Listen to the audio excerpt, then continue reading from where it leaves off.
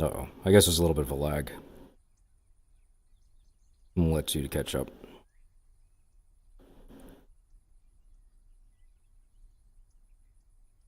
Should be showing soon. That's good to know.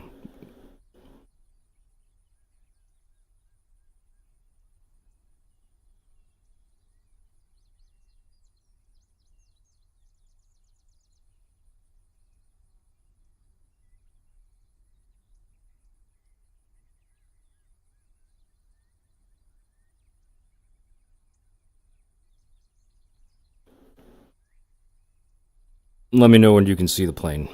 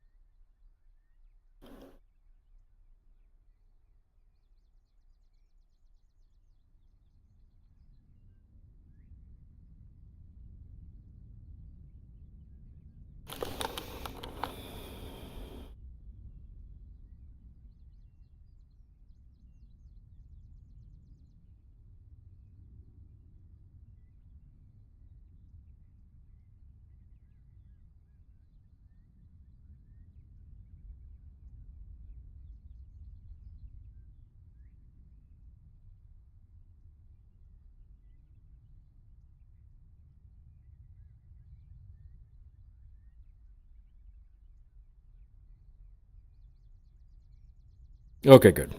So it's all caught up. Yeah, so like I was saying, this is a lot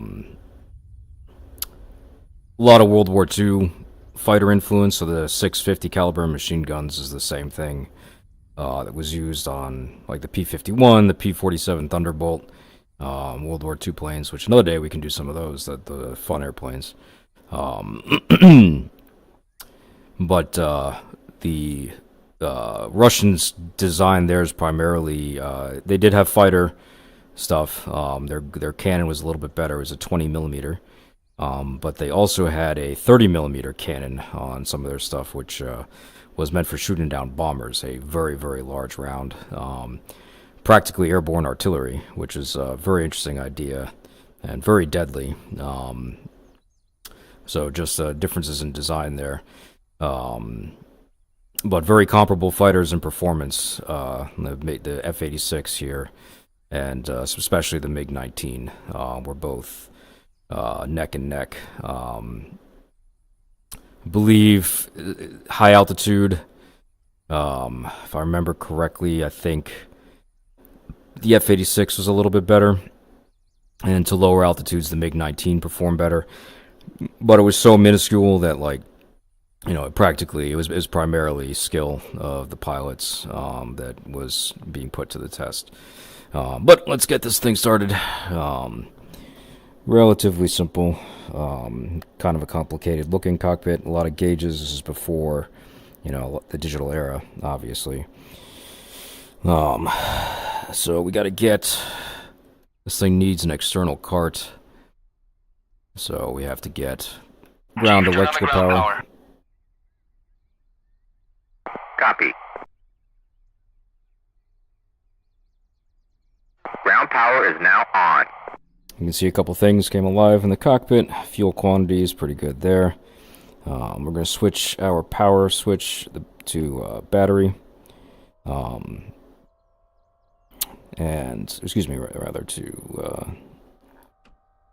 starter here in a second. Just remember everything.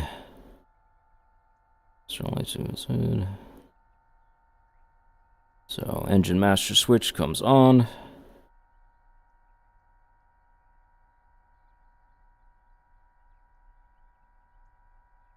And then we'll go to starter.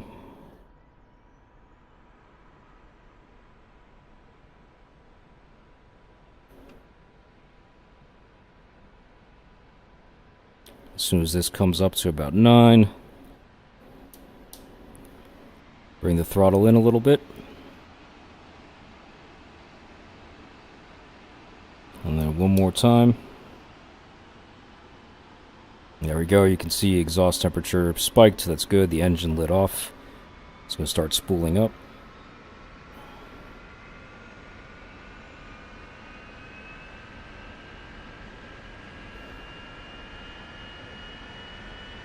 You hear it now too.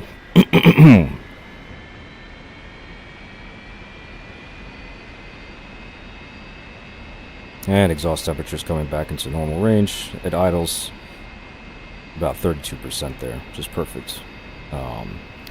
Put this switch back on battery. Now the engine's running. It's going to help charge the battery. And turn on our lights, might as well. Now the engine's running, we don't need the external power. Let's take the ground crew, and they can turn it off. Turn off the ground power. Otherwise we drag the cart. Copy. And we try and taxi. Ground power is now off. Yeah, let's finish setting up the cockpit, so let's see if I remember. I haven't flown this plane in a little bit. This is all good. So we have our alternate hydraulic pressure is on. We need to reset. Alternate light went off. Back to normal. Our speed brakes, if you noticed, in the back here, by default are out. We don't want to take off like that. It's a little button here on top of the throttle. Kind of an interesting way that they did that throttle. But we're going to bring them in. I can't really see him. Count a couple seconds. And then put the motor back in neutral. Go outside and take a look. Oop, not in yet. There we go.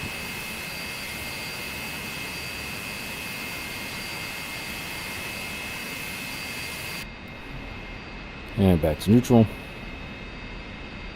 We're not carrying any external tanks today, so we're not going to be using this. Can turn our landing lights on. Pitot heat will wait. We'll keep the canopy open while we taxi, kind of remind us to come back over to this side. We will turn the oxygen on.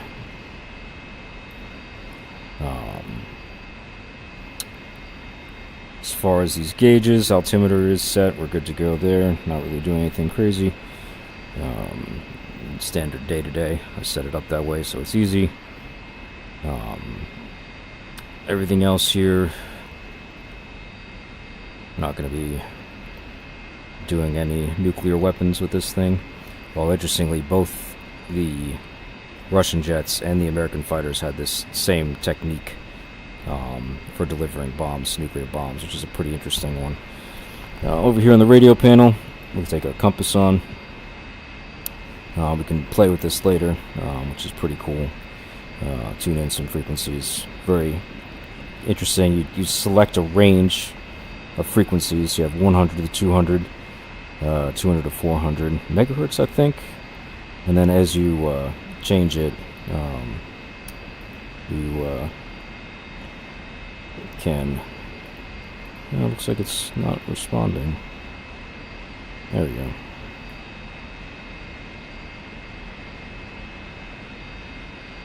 Which we'll play with later. Looks like it's broken. That's sad.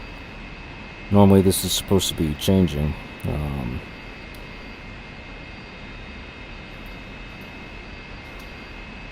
Oh well.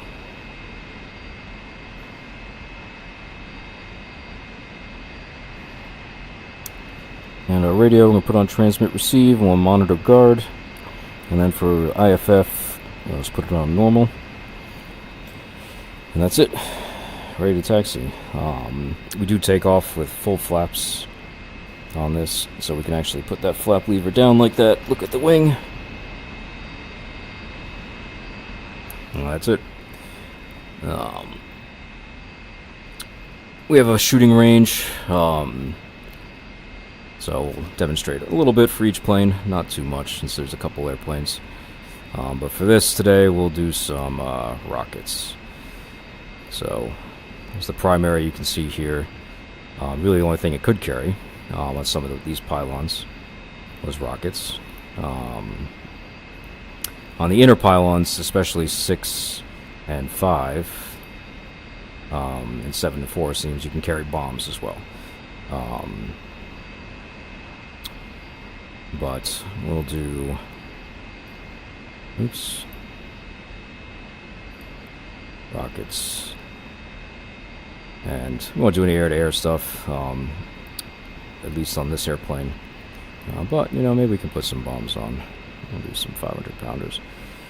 So, a couple rockets and a couple bombs. We'll just ask the crew chief to arm us up. Rearming. Copy. And while that's happening, kind of an interesting thing for trim, to make sure you're in takeoff trim, you kind of trim it until this light comes on. You can see the lights on, so we're in takeoff trim position. Pretty funny. Some other jets follow this in a couple of, later years, and then you'll see in the modern jets they have a different, a whole digital page for that kind of stuff. Rearming complete. All right, we're armed. Get moving.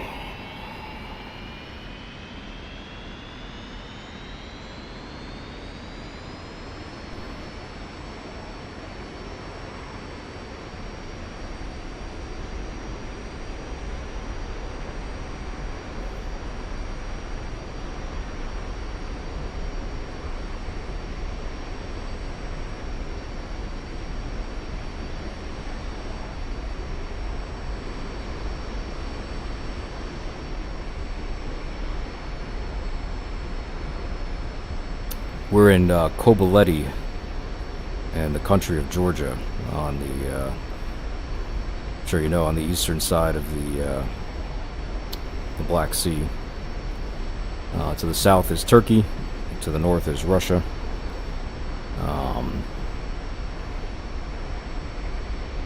But we're pretty solidly in the center of the Georgian coast.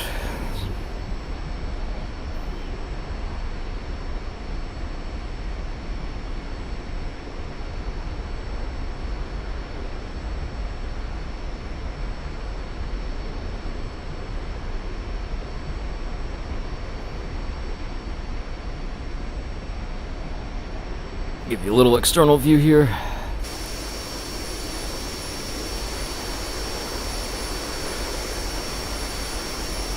Now we got to remember to bring those flights back in, because if you go too fast with them, they end up getting broken. The lever mechanism gets frozen. So hopefully I don't forget that. It's an unusual thing. It's not taken care of automatically.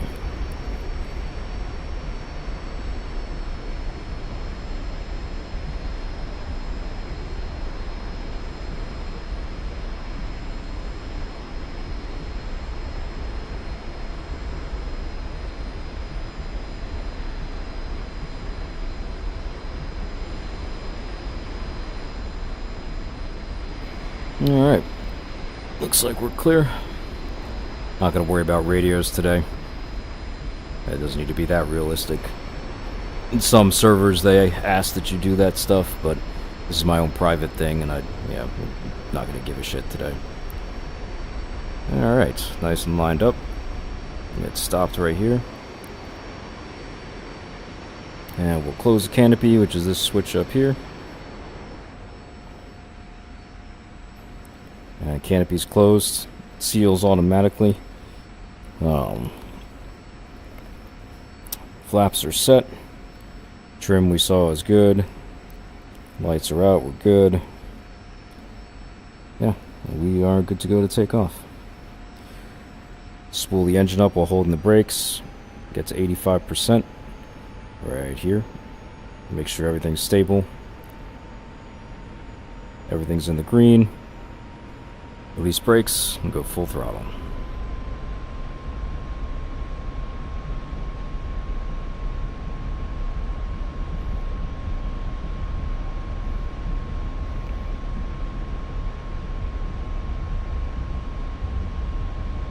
You can see the airspeed right here. You'll notice the difference. This takes a little while longer to get to speed.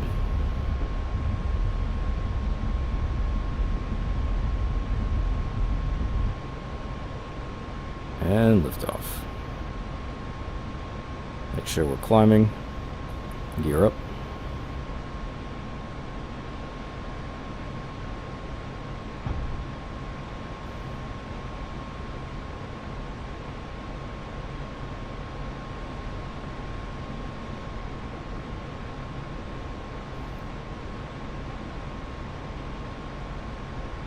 Those are the Caucasus Mountains. The faster jet will go and play a little bit in there. Down to the south over there is Batumi. And then to the north, a little bit up the ways that coast, is Russia.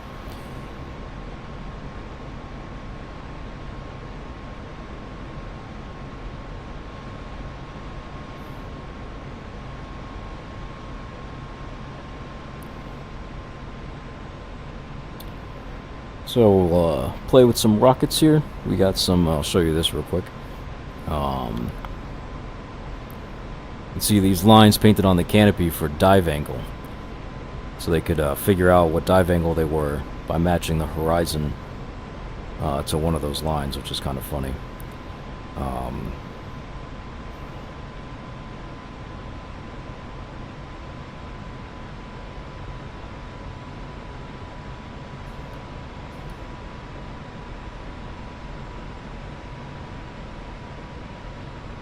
We'll get our gun sight turned on there. This does have a primitive radar in the nose to help with ranging, but it is not the best. So here's our practice range. It's an abandoned airport, which is pretty funny because it actually still exists in Georgia. But I set up some vehicles here. And so we'll see some of these things are tanks. Those are like T-90s. And then some cargo trucks. A lot of tanks. And then some moving vehicles there. You can see that. So let's get some rockets set up. Rockets.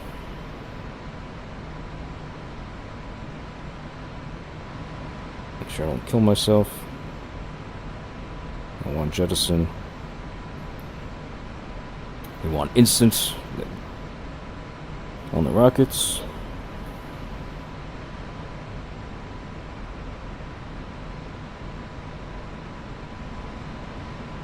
And then at the very least, we'll turn our guns on here. You can fire them upper guns, middle guns, lower guns, or all guns at the same time. We'll do all guns at the same time. I'll just go in on a roll here. If I set everything up correctly. It's been a minute.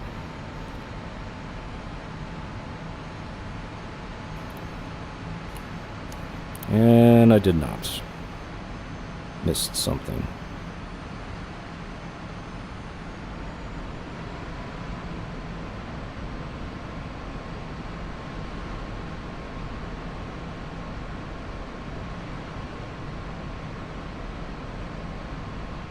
Oh, there we go, that's why.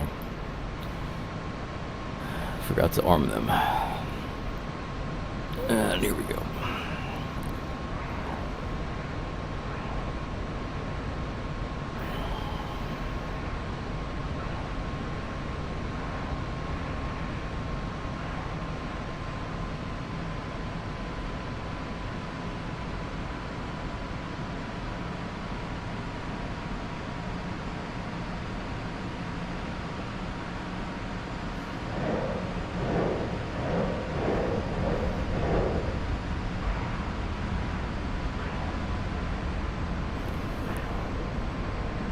And looks like we had some hits.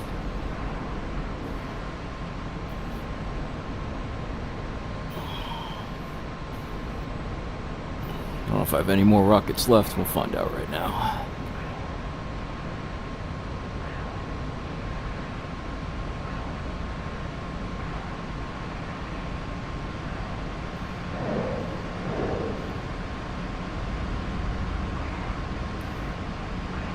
All right. Pretty good effect. Let's do bombs next. Secure the rockets. So bombs here, you can see we're going to go to manual release. We're going to release all the bombs, both of them at the same time. And we want to make sure we're on nose tail, which is up, so that no matter what part of the bomb hits, it explodes. So we're good here. These are pretty big bombs, so we'll come at it from a pretty high altitude. There's a proper way to do this. I'm just going to try and eyeball it. We'll go for the middle of the runway there.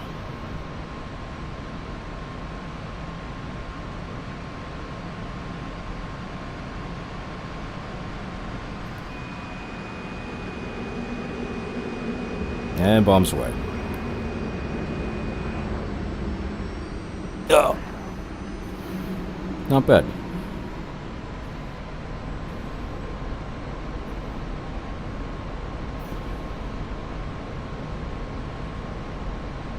Not bad at all. Alright. We'll go back and land this thing. Not too far from the runway, and we'll do the MiG-21.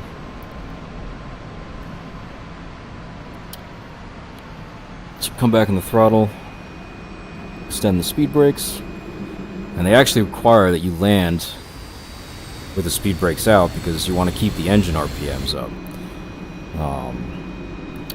So get ourselves nice and slow here. We'll come back around here. You can see 185 knots is the maximum gear speed. Oh, see, we forgot our lights. I knew I'd forget that. They're probably stuck.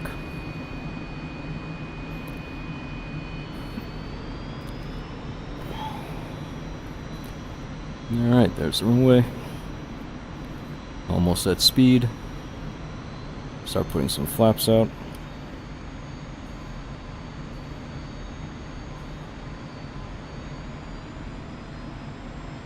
Put the gear out.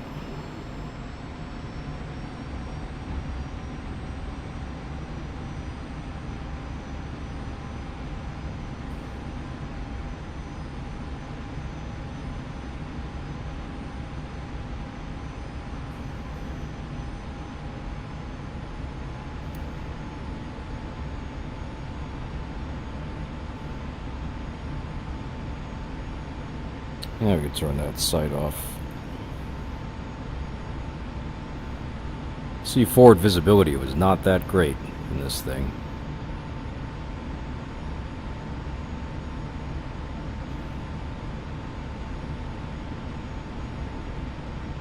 A little bit too fast.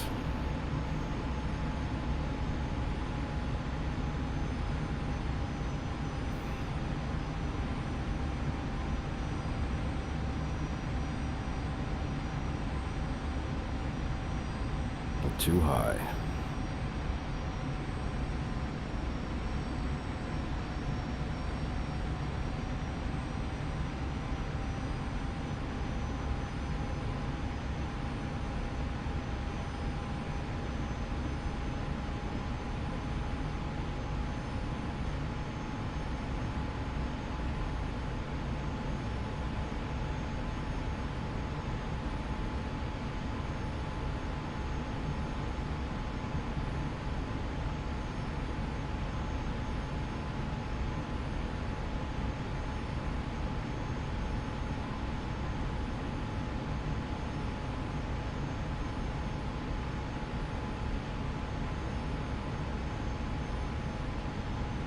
And we pulled the throttle back.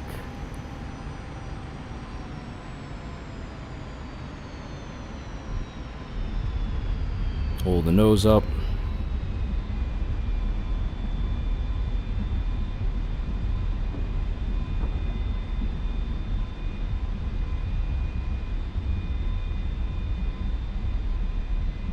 Get on the brakes.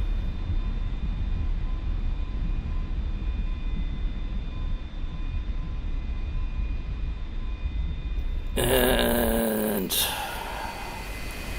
we'll cover that. Bring up the flaps.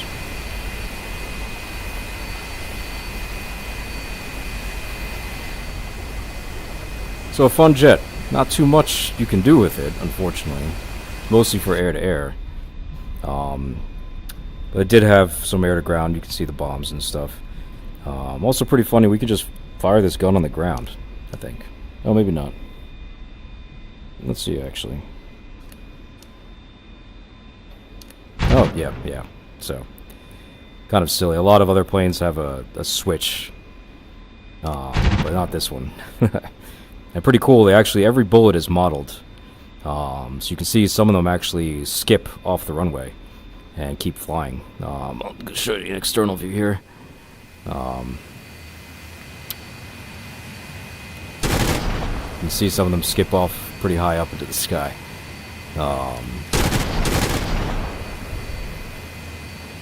Alright. Let's do the MiG-21.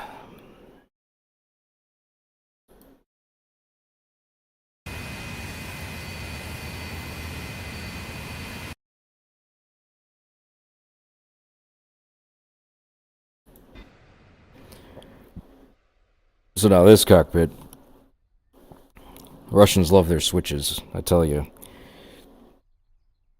You'll see the MiG-29 is a little bit better, but almost every circuit in this plane has a switch. So they did a lot. It's kind of crazy. But here we can do a nice external view. I'll bring it out of the hangar so we can get a better look at it. Honestly, a cool. I don't know. Something about this plane to me is cool. It just has a very simple but purposeful design, and it was meant as a interceptor, particularly for bombers to shoot them down. Again, the Russians kind of had a lot of their design to intercept bombers. That was their biggest concern, was the American long-range bombers coming into their airspace. They rightfully figured that that was the biggest threat. So this plane was designed to be fast, get to target, hit the bombers, and get out of there. This radar is specifically designed about that. It only looks down about 2 degrees, but it looks up, a decent amount more, like 13 degrees, I think. So it's meant to stay low, below the bombers, pick them up on radar, go intercept and shoot them, and then get out of there. In Vietnam, they're used very similarly to, by the Vietnamese Air Force, Viet Cong Air Force, I guess, to intercept the F-4 Phantoms, and they did a very good job of that for a while. And there's a large operation where the U.S.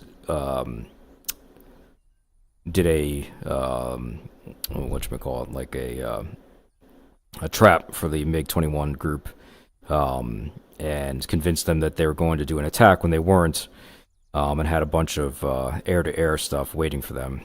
Destroyed a good chunk of the Vietnamese Air Force, or the Viet Cong Air Force that day. But the Viet Cong Air Force pilots were very good with this jet. So yeah, anyway, we'll get started. This is a big arch nemesis to the F4, which we'll show in the next, or the one after, because I think I'll show you the F5 next. So here from the right side, we will turn on our batteries and the inverters. This thing does not need external power. Pretty neat. So you see we've got the battery up, a couple of warnings here, more things there, gear lights, everything's good. This is like the master caution,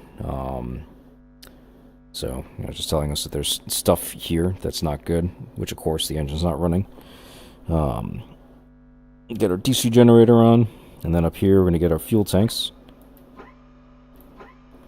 You may or may not be able to hear the tanks go, the pumps turn on. And over here we're going to get our fire extinguisher. There's an APU switch so that the APU comes on. And we're going to do normal start here. We've got to unlatch the throttle, which is this little guy right here. And then we're going to give it just a little bit of throttle. And we're going to hold this button, and you're going to see a light come on that says engine start.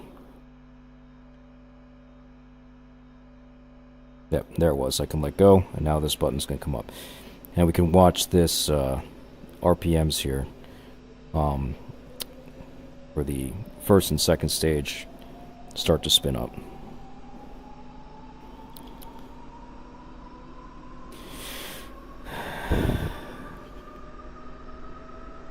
Trained MiG-21 pilots could get this thing started and rolling in 60 seconds.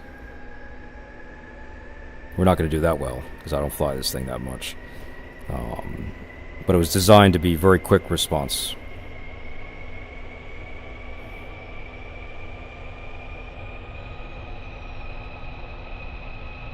Alright, there we go. Engine's up, everything's idling. I'm going to do another sweep here again, right to left. We're going to turn everything on that we need. We need our AC generator. We're not doing any jet-assisted takeoff stuff today. We need our gyros. We don't need any auxiliary inverters. But all these switches are nose cone, which adjusts automatically with speed to help to feed the engine. Hydraulic pump, obviously we need that. Trimmer. Basically all these switches, radio, navigation.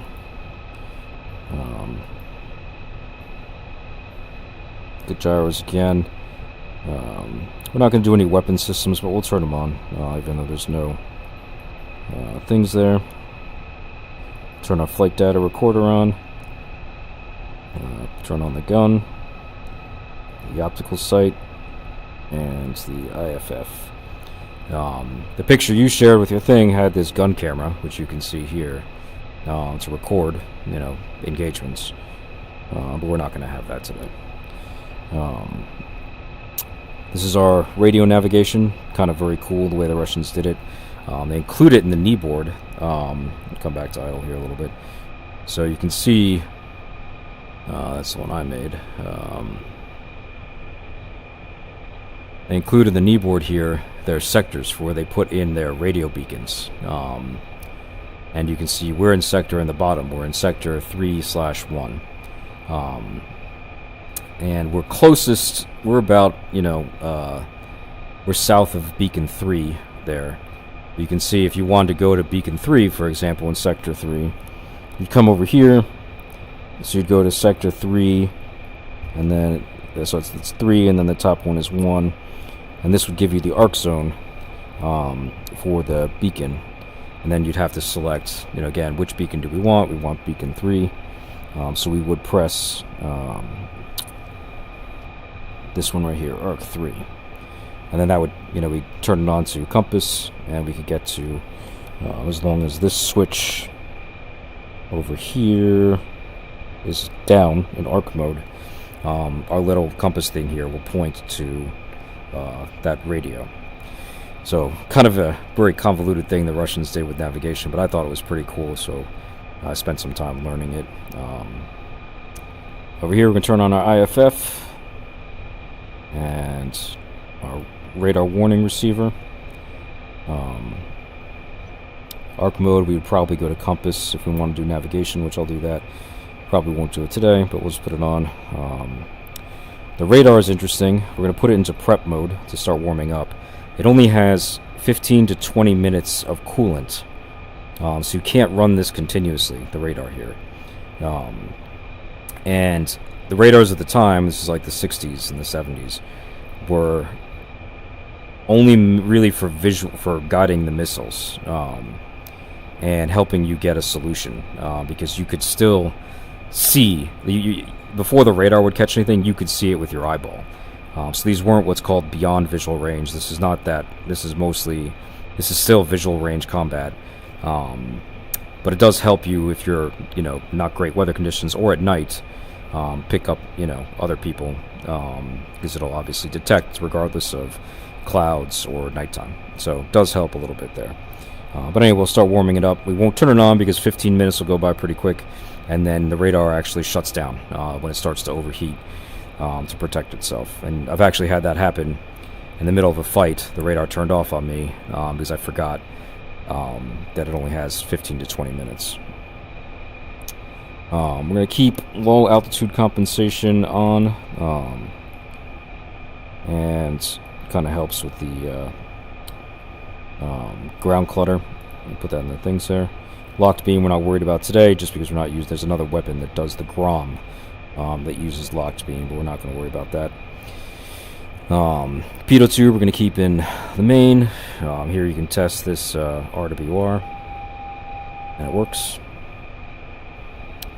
We'll wait for the pitot heat when we get to the runway, and here we're going to unblock our weapon release, just so we don't have to worry about that when we get in the air.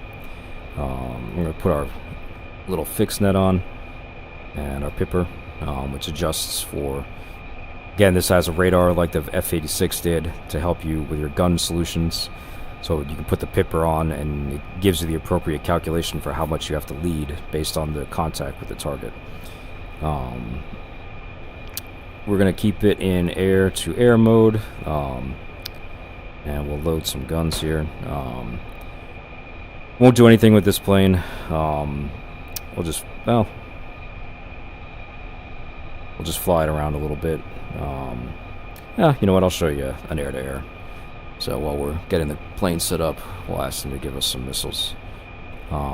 This is for countermeasures. Oh, no, excuse me, smoke, which we don't care. This one's for countermeasures, which we definitely want.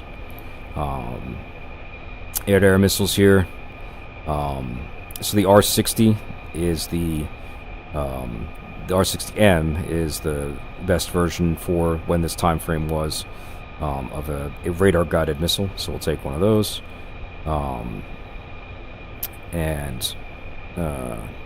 Excuse me, those are IRs. We need to get a semi-act. That was the wrong thing. The R3R, semi-active. This is the radar-guided missile. So we'll take that. We'll take another one, the R3R semi-active, and we'll grab a fuel tank. We'll keep it there. We can do, if we want to do a different livery here, if I'm not mistaken, they have Romania, which I thought was very cool. So we'll take a look at the Request rearming. the paint scheme that they had for Romania. And here we get this cockpit set up. We're going to do our compass alignments, which is good to go. We want to unlatch the gear handle. There's a lock, because it's pretty funny. You can actually put the handle up while the plane is on the ground, and it will retract the gear, and the plane will fall to the ground. Like, so that's bad. So they put a lock on it. We have to remember to take that off because when we want to retract the gear, that'll be a problem. So we'll take that off along with our pitot heat at the runway. Rearming complete. Put our taxi light on. And over here on the left, we really don't need anything else. We put the flaps in the takeoff position. That's pretty much it. We'll close the canopy. It's pretty funny. It's like one of those things that holds the hood up of a car. So you click that, you can see it stows the little thing. We have to first secure the canopy, so that locks it, and then this is going to pressurize. So you kind of hear a little psh, and that turns on our pressurizes the cockpit. So yeah, now we're good to go. This is a funny plane to taxi. The nose wheel has no connection to the rudder pedals. You use the brake, this little handle on the stick, and yeah, so it's a little wobbly, but let's get this thing out so we can take a look at the Romania paint scheme.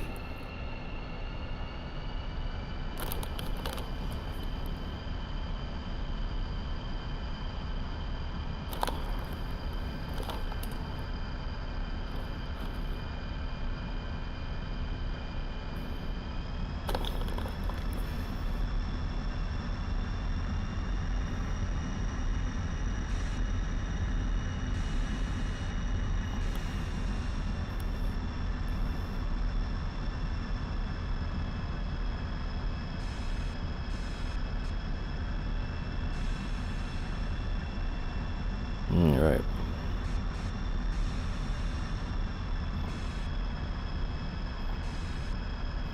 Alright, let's see what she looks like. There you go.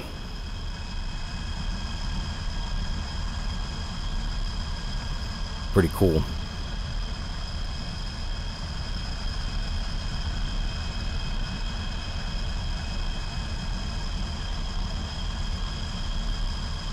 Yeah, we get back in the cockpit so I can don't drive this thing off the taxiway.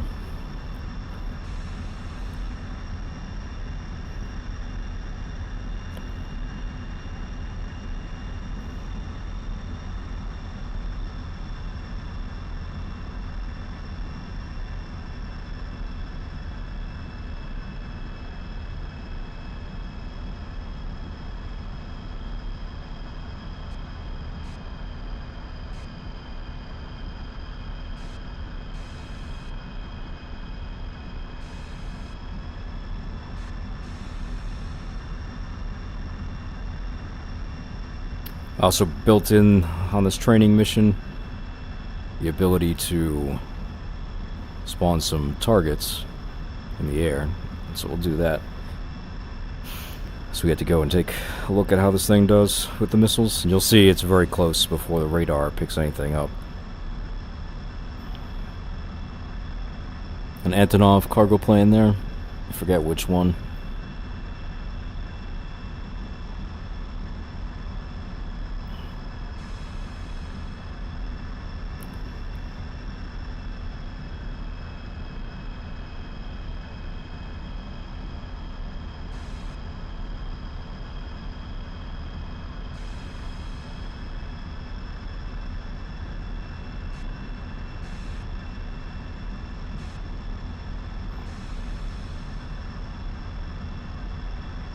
Alright, before we take the runway, let's do some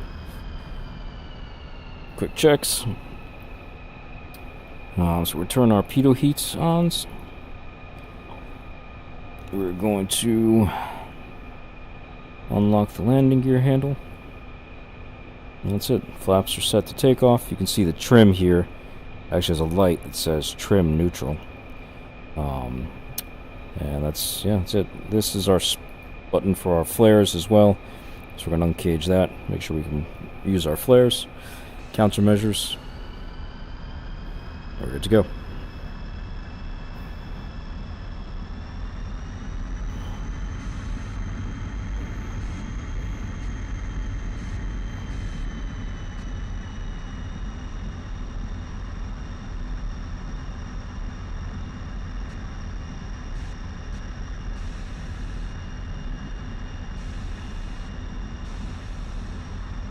And full throttle. This does have afterburner.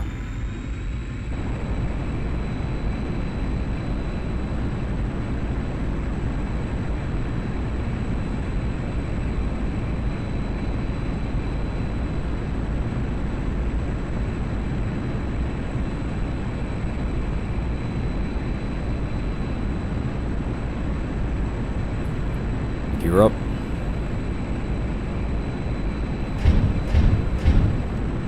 You actually don't want to leave the handle up because that'll keep bleeding hydraulic pressure. So we're going to put that back in middle position.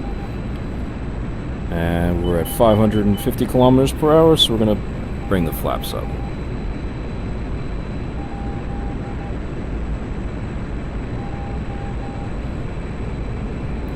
We got our airspeed here, kilometers per hour. This is our altitude in meters. So you can see the outside, 600 meters, 650, 700 meters, and then the big one in the middle is the thousands. So we're about to go to 1,000 meters there, which is about 3,000 feet-ish, a little bit more. We're going to go up to 10,000 feet, I think. That's where the fighters are. Take a quick look at the map. Yeah, so we're here. And the MiG-29s, we're going to go look at it this way, so we're going to come to the west. And they were 12,000 feet.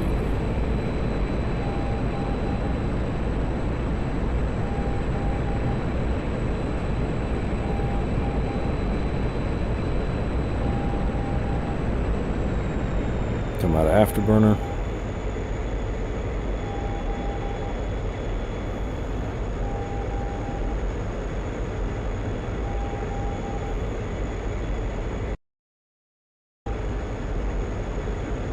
So 3,000 meters.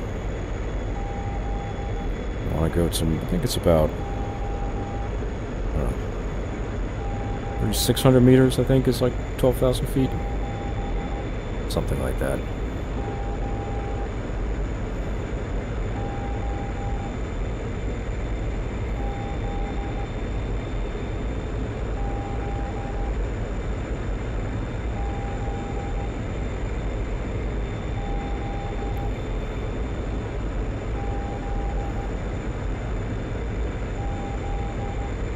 I'll level off about here.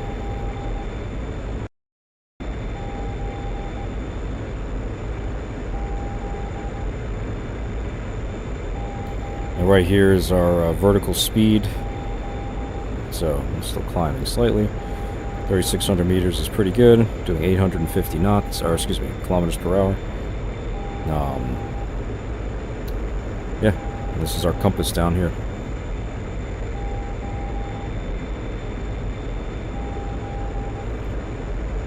We'll turn our radar on in a second. Let's get everything else set up. So our weapon switch is on air-to-air mode. We're going to go with our SAR, or semi-active radar, first. This is the gun loading, so you kind of press that button, green light comes on, we have the guns. And here, we're going to go to our IR, SAR weapon selection. And we're going to turn that to fire the first of the Station 1 for our first missile. You can tell it which one you want to start with. So we're good to go there. Keep this in LNC for missiles. Gyro mode is good. And we can take our fixed net off. We'll just use our little pipper there.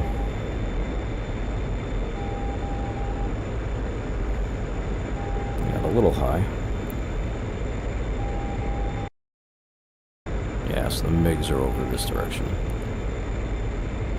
Also, you might have noticed up here there's actually a camera that looks back because the reverse visibility on this plane is terrible.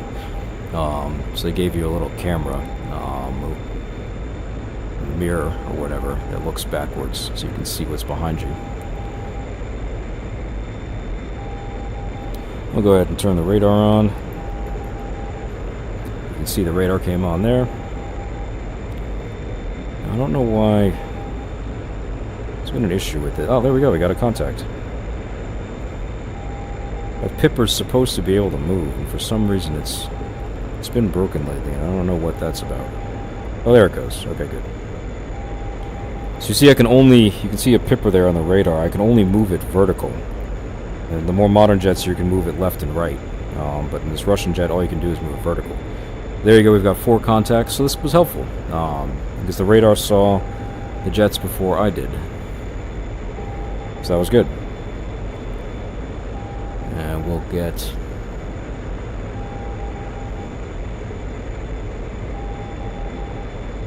Oh, there they are.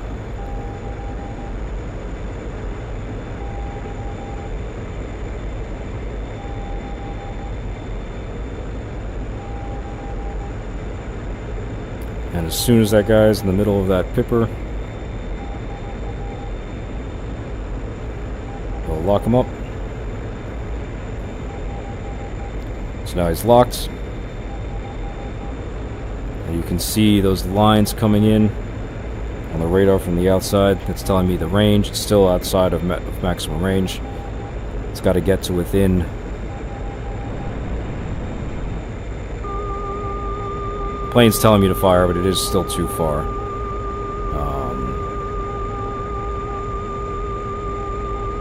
Get a little closer. And... Fox 1. Missile goes away. It's tracking nice.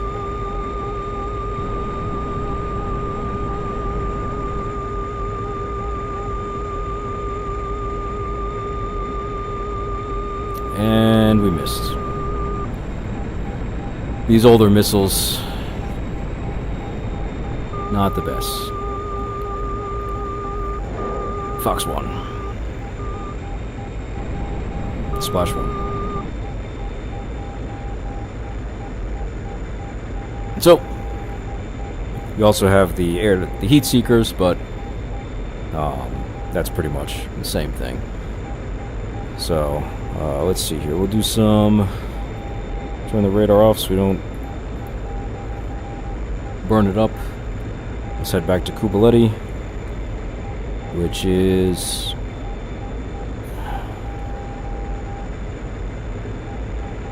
Channel 15 on the RSBN. So we gotta switch to RSBN. And then... I went the wrong way. Channel 15. Let's turn down this radar warning receiver volume. Where is that? Here we go. Oh no, shoot, this is this one. RSBN is this guy. That was the wrong thing. 15. I don't know if you can hear that. Morse code.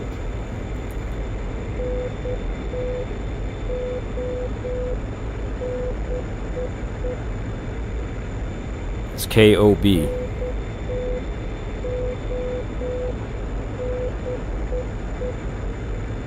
So that's how we know we're going to the right place. Let me make sure I'm not in afterburner, so I don't burn all of our fuel. Now you can see this is the line right here. The little circle. It's pointing that way, so we're headed straight for the airport.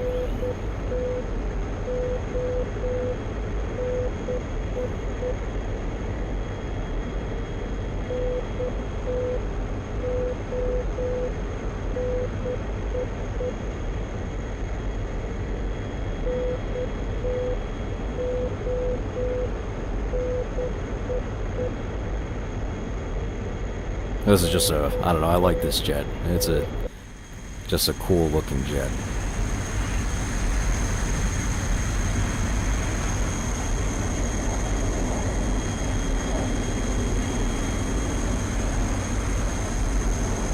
Pretty good roll rate.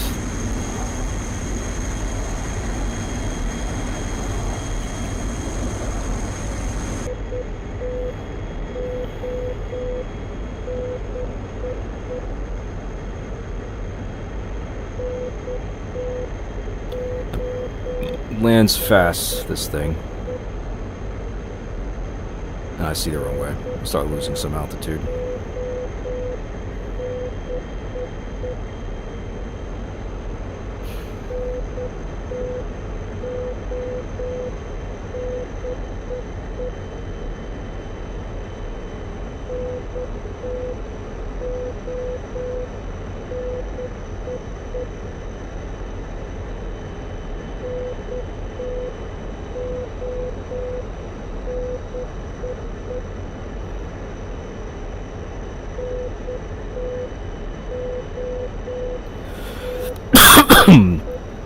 We do have to be careful. Can't get too much slower than about 350 kilometers per hour on the landing. This does not have good stall performance. And the engine is not so powerful that you could easily recover from it. Crashed a few times when I was learning this thing. You really need to be stable for a while out on your landing. Can't be sloppy. Very impressed with the pilots in this era. It's super cool. Still a very much frontier of new aviation with the jet era.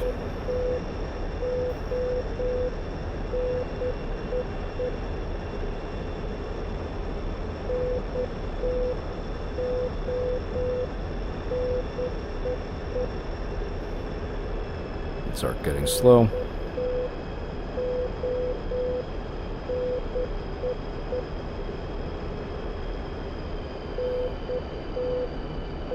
Speed brakes.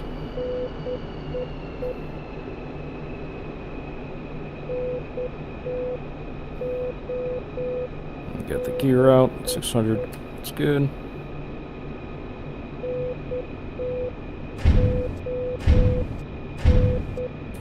Get flaps to landing. Stow the speed brake. Slowing down to 300. Start bringing the throttle back. Getting a little low. You can see descended too much. Needed a lot of the throttle to arrest that descent. Gonna light some trees on fire.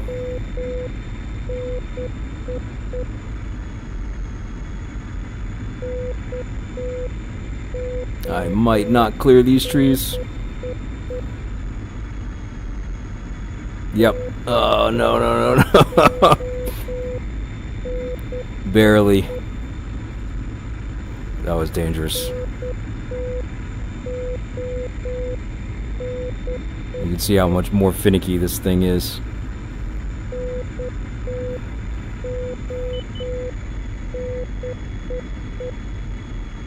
And it also has a parachute to help it stop.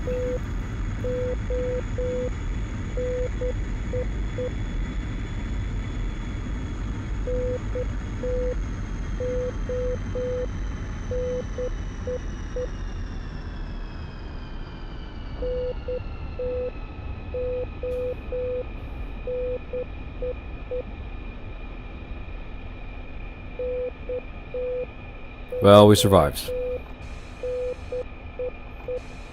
Barely. You can see the parachute there. Oh, we didn't blow any tires. We didn't kill ourselves. Great success. And here's where you would drop the parachutes. Back on the ground.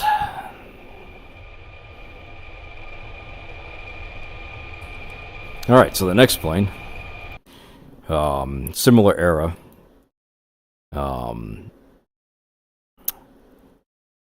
The F5, which was what the MiG-28 was in Top Gun. A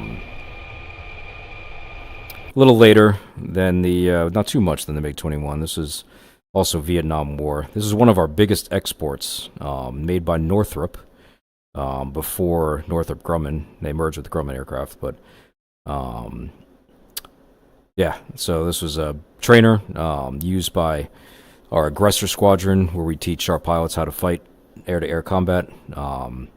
Aggressor squadron pilots are, you can't apply. You're asked to join those guys. They use, they basically fly as bad guys and teach our pilots how to do air-to-air stuff. But this was the MiG-28 in Top Gun. But obviously, definitely not a MiG. This is an American aircraft. And again, we'll do some. This does need some ground stuff. We actually need the ground air supply. Chief, connect ground air supply. So the MiG-21 was a little bit better, that it could start Ground air itself. supply is now connected. And performance-wise, the MiG-21 and this aircraft were very comparable. But we'll just do some quick air-to-ground stuff on this. We'll give it some missiles just because it looks cool. But we'll do some rockets. We'll do some high explosives. Now, if you remember from the F-86, it was 2 rockets per wing. And this can carry 19 in pods, which is pretty cool. So we've got, what is this?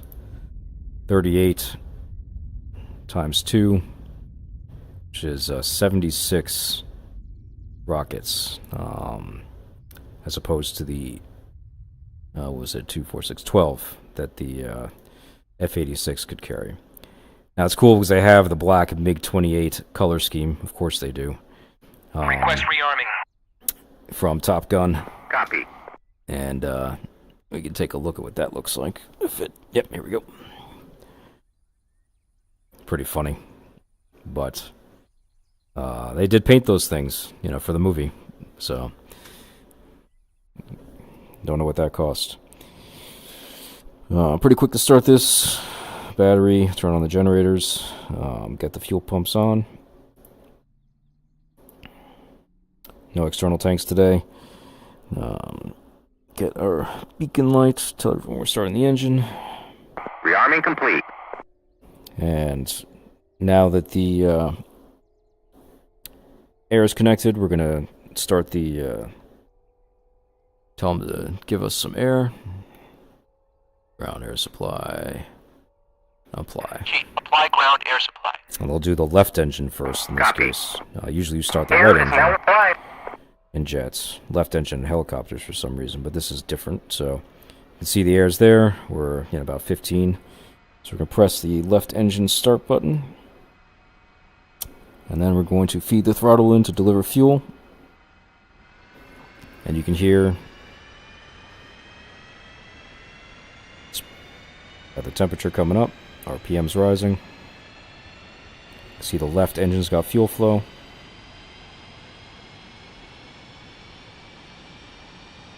Temperature is going to spike at about 750.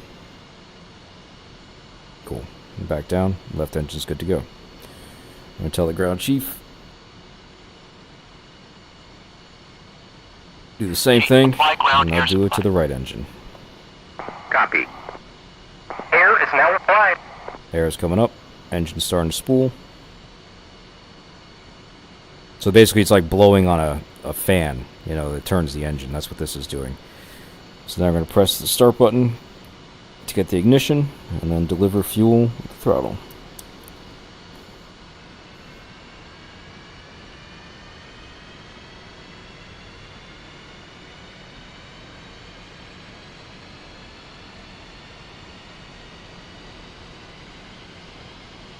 Again, watching the temperatures, shouldn't spike too much.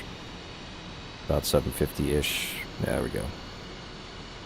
Good to go. You can see oil pressure, good for the left engine. Right engine's coming down. Fuel flow looks like the same for both. Now the tanks are a little different because they're actually not in the wings. The tanks are in the body of this aircraft. So there's a forward tank that feeds the left engine and an aft tank that feeds the right engine. We do want to keep it balanced, obviously, so the engines, have an even amount of fuel. And we will take care of that by this auto balance once we get into the air. Alright, so let's see. Let's just take care. We'll put some lights on. Put information lights on. Why not? We're going to turn our IFF system onto normal. Turn our oxygen supply on. We don't need 100%. We'll do normal oxygen. No externals today. We'll take care of the pitot heat when we get to the runway. We will turn on our RWR, and we will turn on our search. Here we'll turn on our TACAN for navigation. We'll set the nav mode to TACAN as it is. Our radio, we're going to turn on to main. Manual is fine. I forget what the presets are, but there's a little card here. You can actually use one of the preset channels. But we're not communicating anyway. We'll turn the little pipper on. We don't need it right now, but when we get in the air.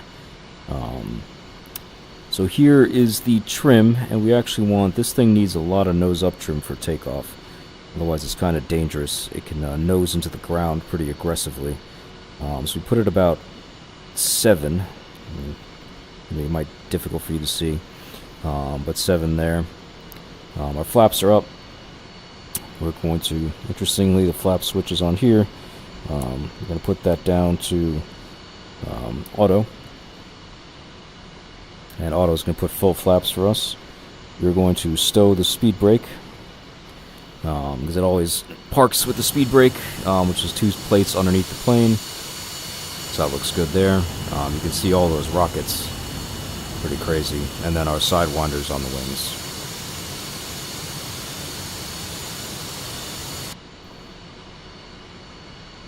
We'll turn our landing and taxi light on.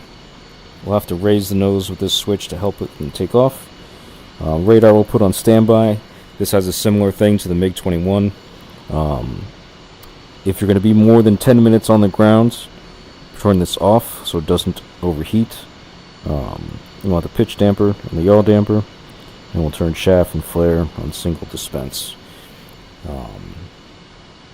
Here we want to make sure that our altitude is now on the electrical, and we want to uncage our pitch trim.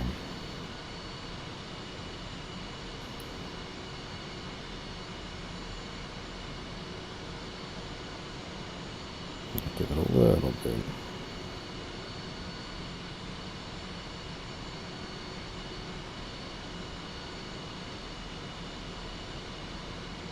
All right.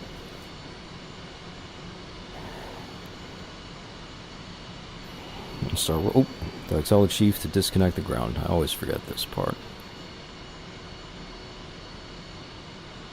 And disconnect. Chief, disconnect ground air supply. So we do have a caution, but it's just telling us that our canopy's open, which is fine. Ground air supply is now disconnected. Acknowledge that. Obviously, we're not going to take off with this. Now we're good to go. I think it's about in the middle of the runway. We'll just go to this side.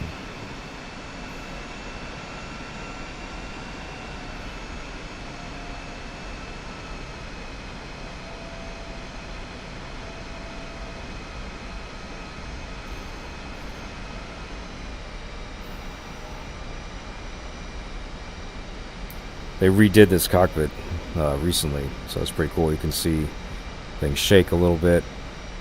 Very nicely done. I don't need any permissions here. Going pretty fast, but that's okay. You can see our radar starting to come up.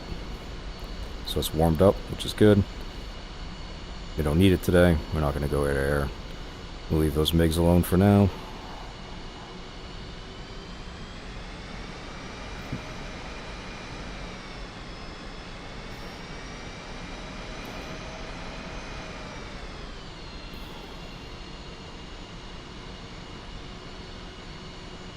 Alright, we'll hold short here. Close the canopy. Does the sealing automatically, so we don't need to worry about it. Let's see, where's our pitot heat? Pitot heat can come on. And we will raise the nose. And you can see it's actually going to hike this nose up a little bit, which is pretty funny. But this plane needs a lot of speed. We're going to take off at about 150 knots almost, which is pretty fast. Engine's good, flaps are set to full, and trim is neutral.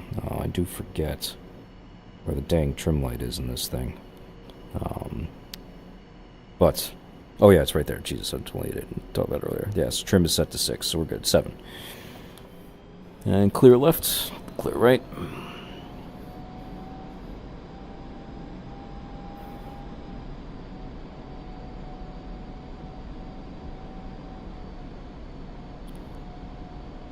And go full throttle.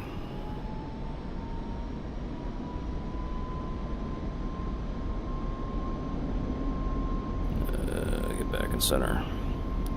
Airspeed's alive. It's 150 knots. Ease the stick. And gear up. Flaps are on auto, so they take care of it for us.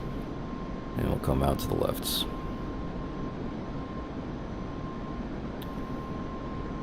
And we'll turn our on manual. I think the depression is, I can't remember. Try 45-ish. And gear flaps good. Turn the lights off. And we'll balance left low.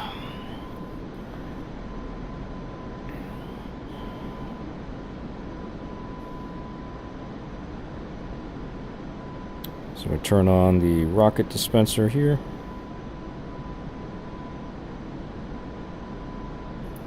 Turn guns on.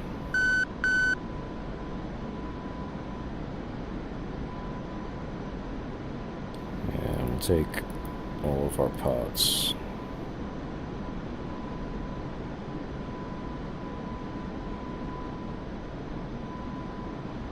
Let's see how this thing does against some tanks.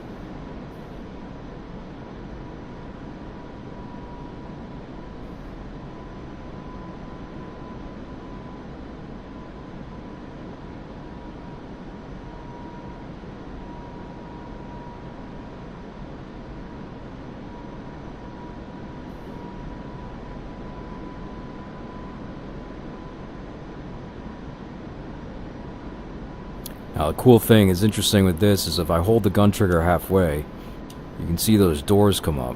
They're gas deflectors to prevent the hot gas from going to the engine and causing problems. So, pretty neat. Automatic. Very quick too.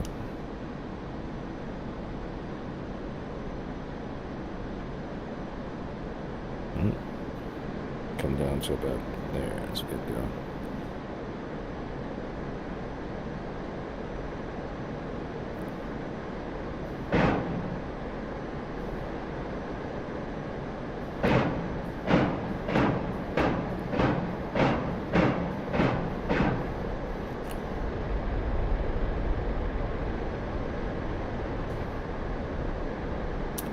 So you can see those tanks can take a lot of hits, so these kind of rockets weren't such good weapons against tanks.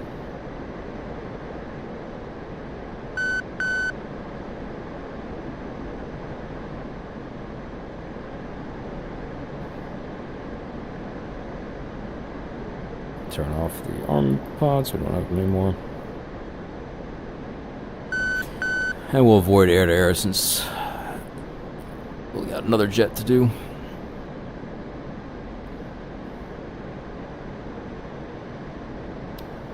Navigation's pretty easy in this thing. Uses TACANs. I think the TACAN on that is 76, if I'm not mistaken.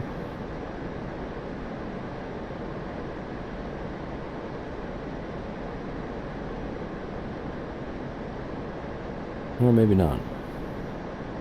Maybe it's 67. There it is, yeah.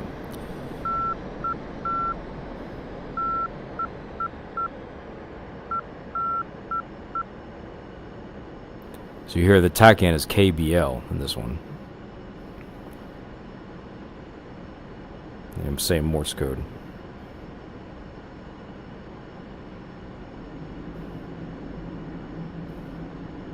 Yellow line on the speed here is my gear speed.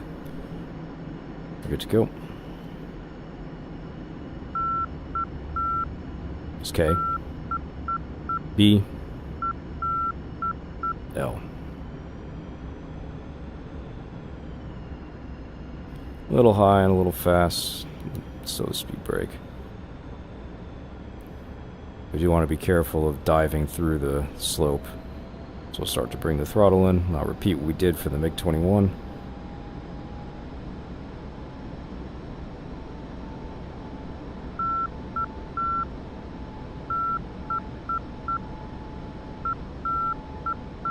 been flying more powerful jets lately, so I kind of got a little sloppy there.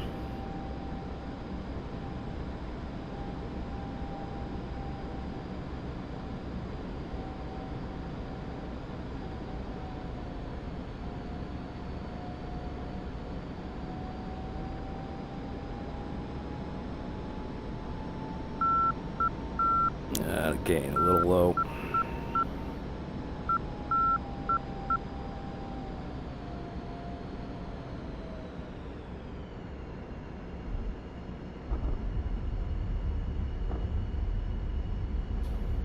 And again with a parachute.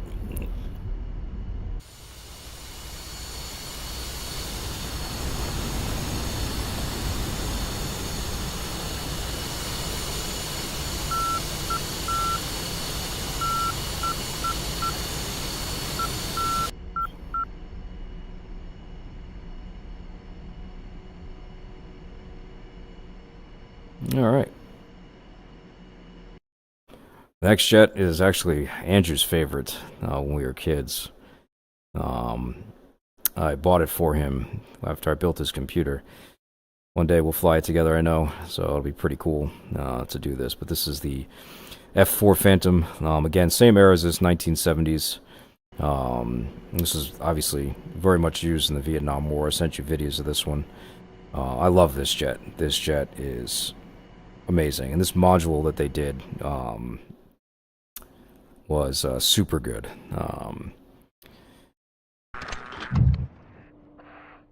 So you can see they actually gave us the cart. The model isn't finished loading. This is a more detailed one.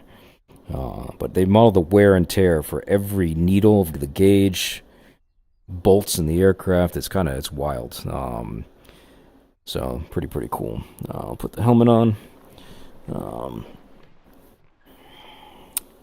And here we gotta work with the ground crew a lot. So give our crew chief, they gave us this whole way to interface with different things. So external power, we do need external power for this. And you'll see that wire cable connect to the airplane right there. Pretty cool. This plane does a lot of damage. It's also massive. It's got a lot of store spots. We'll do countermeasures again. 30 flares and 60 shaft. Bombs. So many you can take. This is not even the biggest pod. We're going to do some snake eyes. Here we're going to do a special pod. Snake eyes. We'll take some missiles just for fun.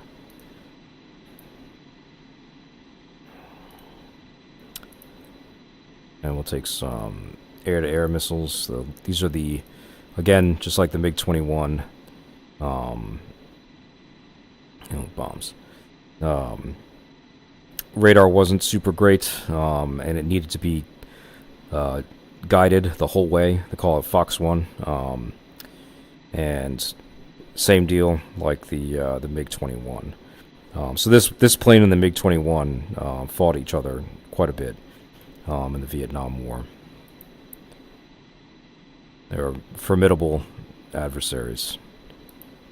MiG-21 was obviously very fast, and this plane needed to stay fast also, otherwise it was a big problem. See so many bomb options. It's kind of insane. Special weapons for the snake eye.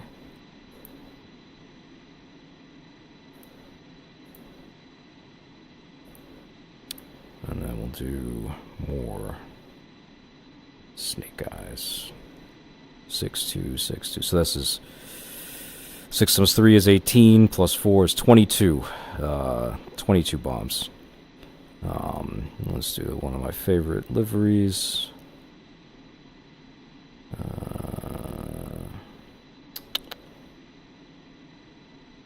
This one, yeah. Cool. Request rearming. Copy. Alright. So we're going to bring the external power into the plane. You can see things start lighting up and moving around. Hey, which alignment do you want? It's Jester, our guy back there, aligning it. So we'll do our fastest one, heading memory. Roger, stored heading will do. And we got these engines started. So same deal. We've got to ask our crew chief to connect air on this plane. We can use cartridges. Rearming complete. It's like shotgun shells that kind of blast air into the engine to start it up. But we're not going to do that. It's a little rougher on the engine, which is modeled. So kind of neat. So air, we're going to connect to the right engine. Roger. We're going to take that tube. The cart's called the Dash 60. You can see. Yes, sir. We are connected right. And start airflow. And done. You can see again, airflow's coming up. And that's good to go.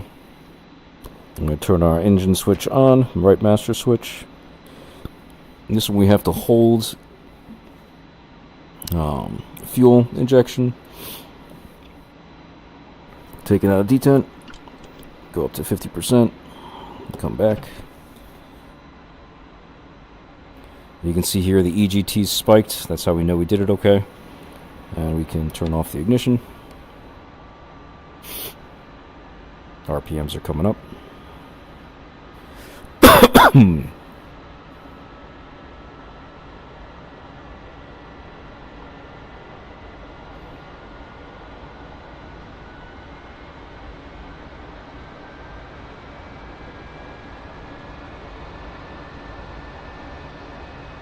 Fuel flow stabilized, temperature stabilizing, RPM at 64, that looks good. Ask the crew chief again. It's connected to the left engine. Oops. Already done. Roger.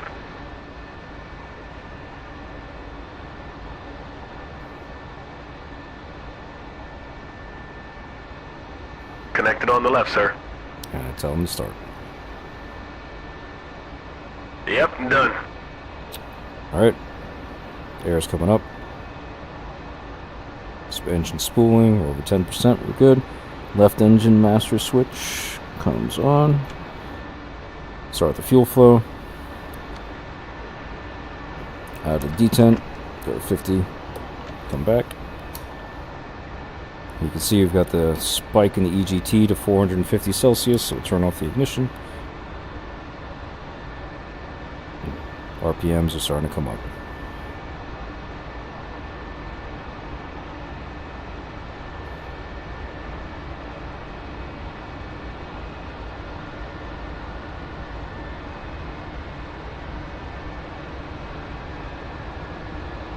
Fuel flow is good.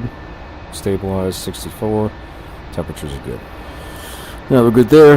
We're going to put our generators on to engine supply. Cycle the right generator. Make sure they're tied. Everything looks good. Jester's probably going to interrupt us here in a second to ask if he can get started. If you got the generators, I can start the alignment. Yes, sir. Roger. Alright, let's finish setting the plane up. We'll do IFF. We're going to go again to normal. We're going to get a radio, transmit, receive, and guard. Not going to worry about it. TACAN is already set to 67 X-ray, which is good. We're pretty smart about this. Pitot heat we're going to save. Master caution light's still on for some stuff here, which we will take care of. Put our sight on cage. It's kind of nice to have that up there. This guy, we're going to uncage our backup ADI. Altimeter, reset.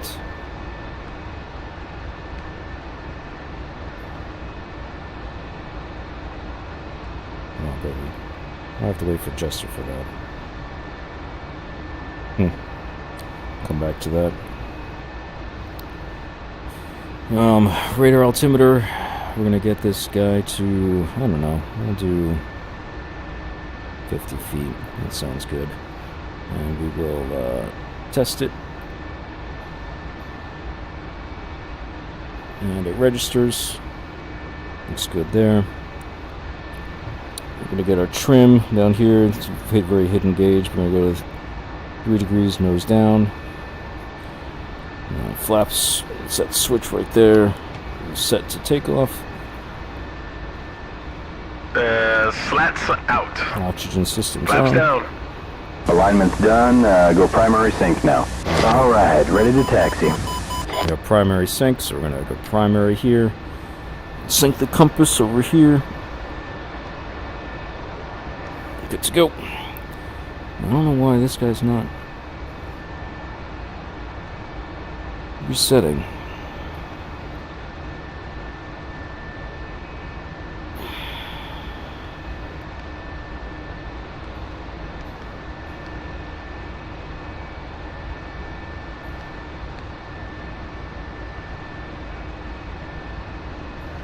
Very strange.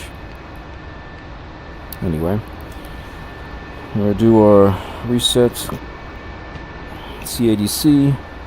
That clears. There's our altimeter. This is CADC switch. We don't have external fuel tanks, so we're going to ignore that. We're going to leave our... why is this guy up? We're going to leave our augmentation stuff. Did I pop that damn thing? Tell me I didn't pop that. Good. You can see how many bombs this thing can carry. Wild.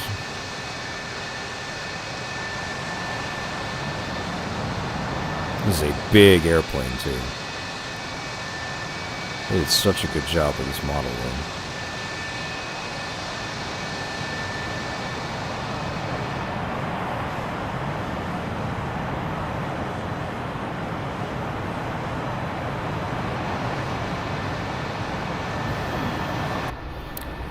Alright, stability augmentation systems will leave. Automatic flight control we don't need right now. And anti-skid we'll leave off for taxi. Alright, let's ask our crew chief to disconnect. Roger.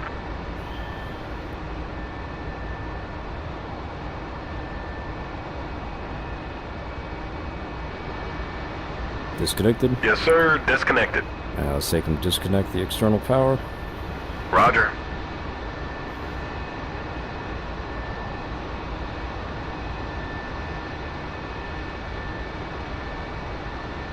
Excellent. Yes, sir. External power And is disconnected. we're going to take out the chucks. Roger.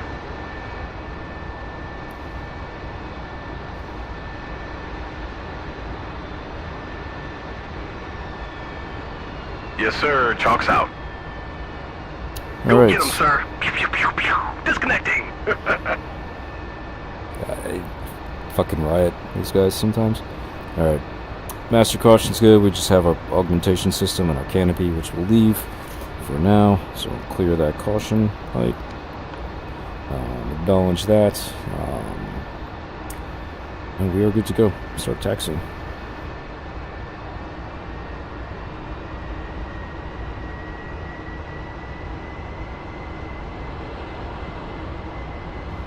Time to go fly. Hell yeah.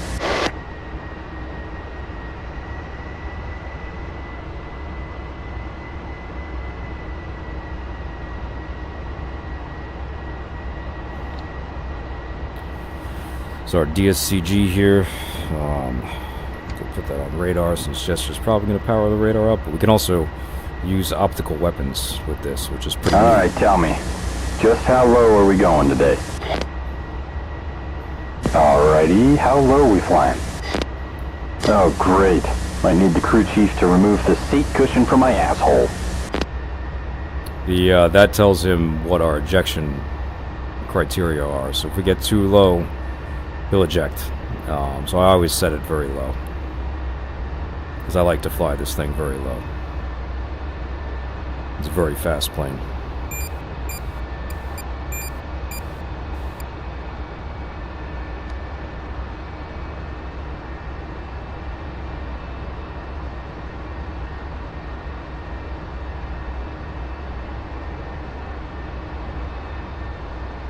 Alright.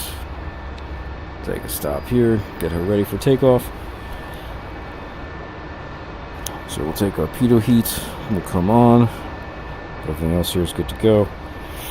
Canopy, this funny little latch right here.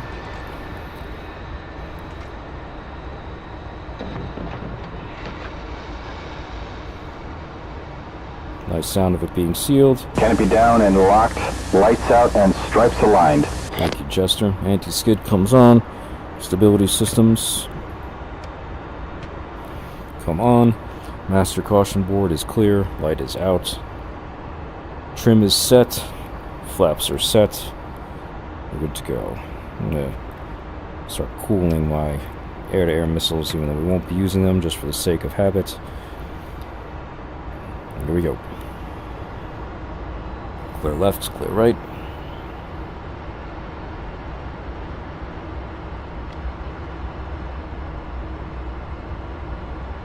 So this thing in front of me right here, this little scope, is what Jester is seeing on a much bigger thing back there.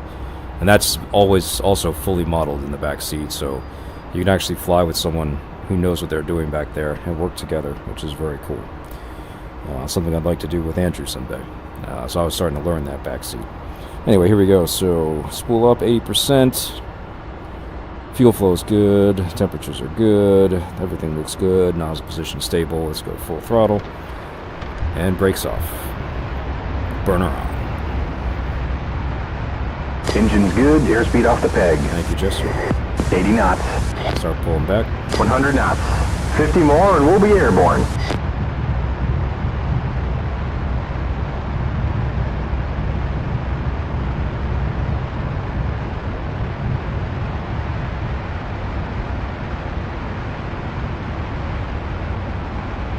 And positive rate gear up.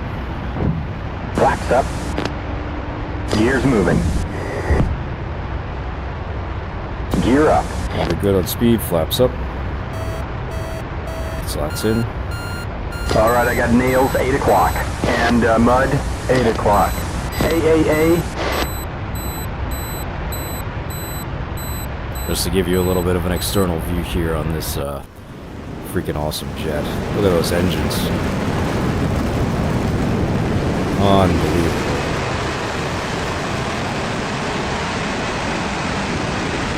Look at all those bombs.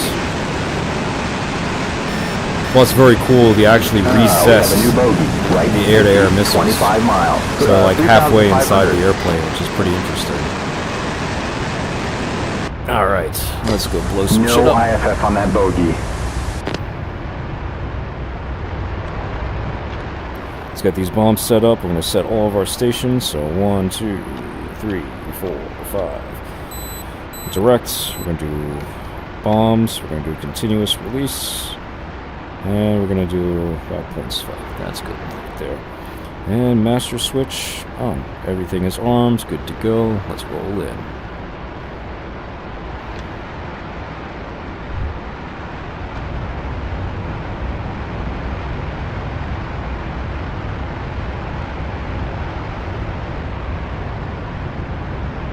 Come nice and roll down those tanks there on the left. This air to ground. This got down to 140, I think.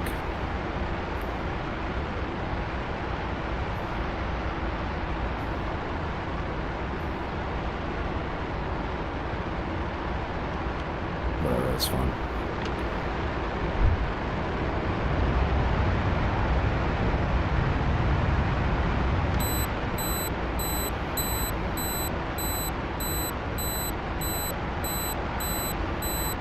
A little high.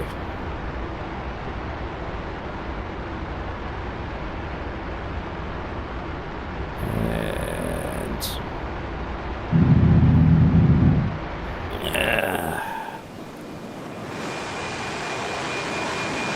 oh, I forgot to arm them. Oh my god. Ugh, I forgot this freaking switch right here. Oh well. Next time. Can't tell you how many times I've done that.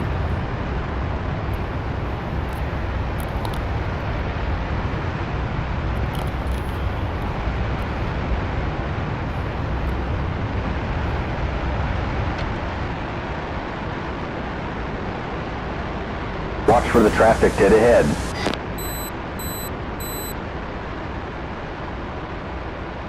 That's a new bogey, all right. Right 25 degrees, 32 miles, 5,000. Alright, let's slow this thing down. He paints, it's a friendly.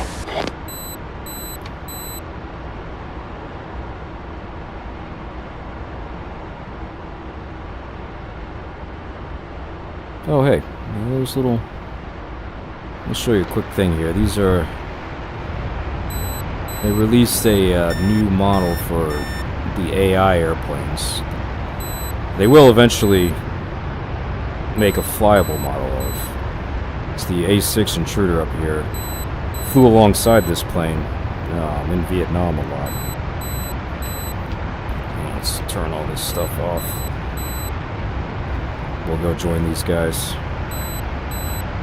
Do a little formation flight and then head home. Nails 8 o'clock. And nails 8 o'clock.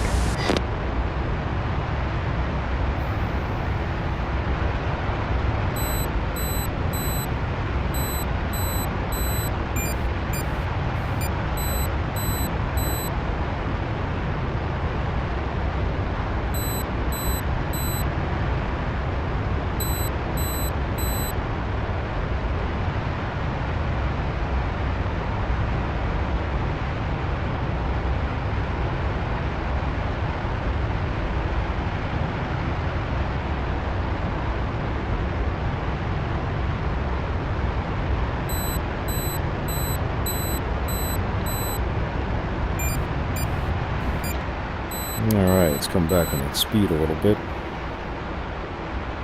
Nice.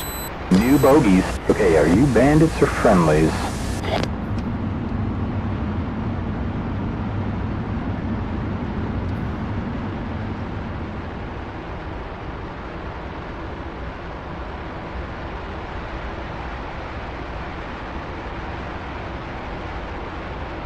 I'll snug up on this guy on the right over here.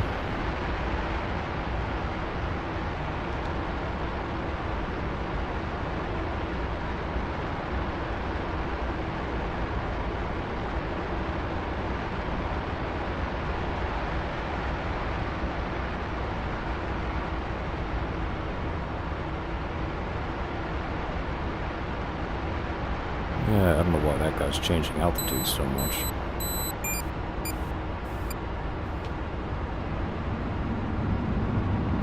I don't like that, so we'll go to this left guy. He seems more stable.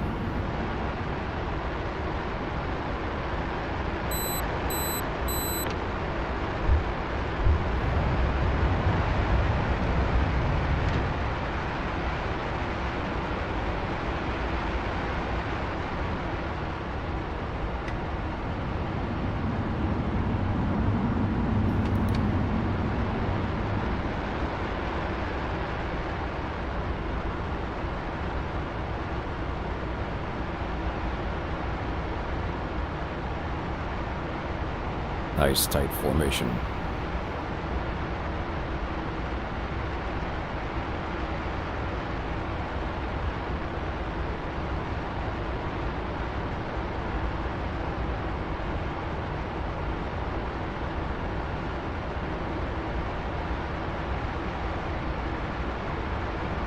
So we could carry 22, he can carry 27 of those.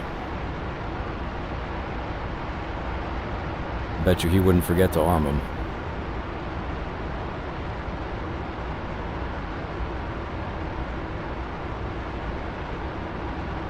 Very cool.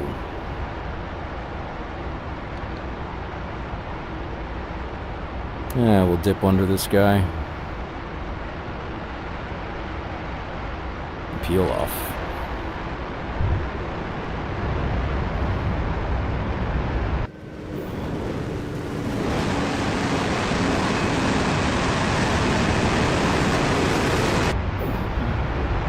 And let's head back home. We'll get our thing is tuned. Let's set it to TACAN.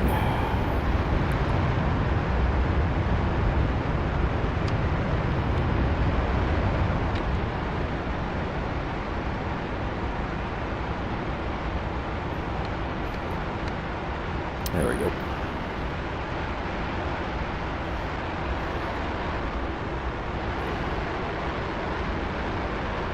It should be about 10 degrees off our nose. And I don't see it yet. But we'll have to come out from the sea. Give us time.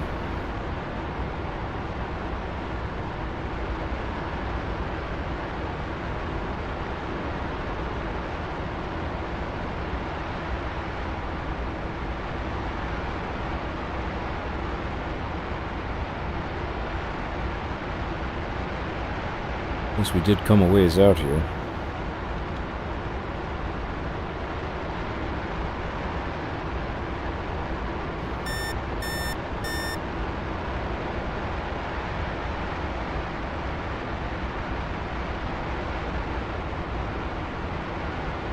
We've got a friendly, 8 o'clock, 12 miles.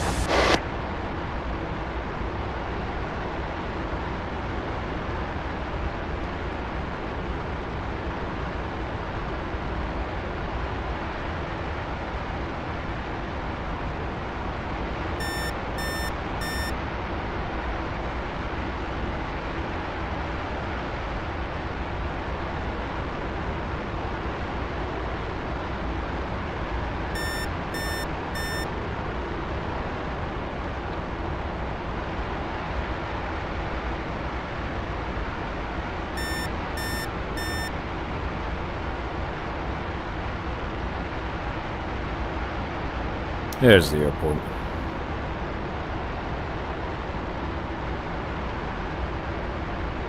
I think.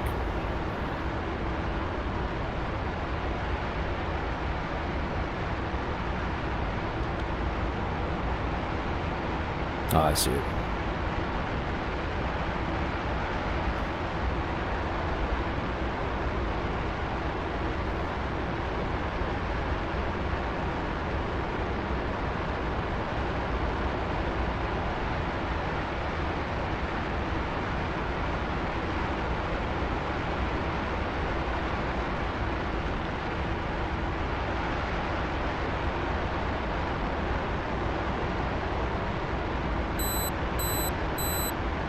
Alright, start slowing down.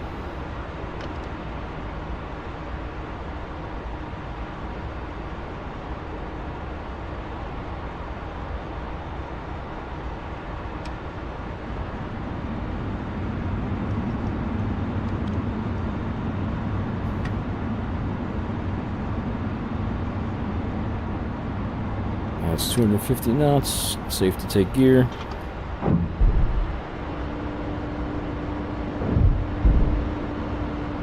Let's bring flaps. Anti-skid is on.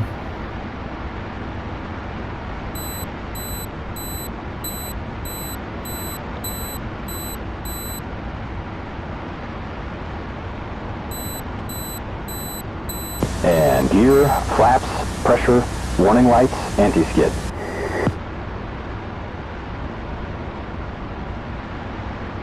How's our fuel state?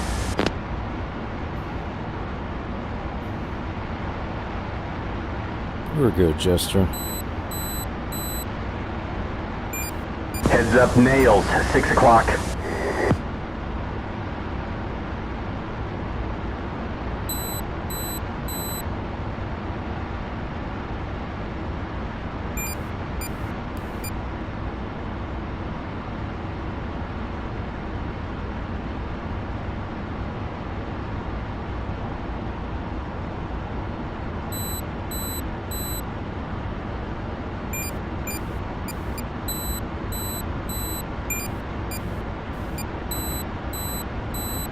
$1,000.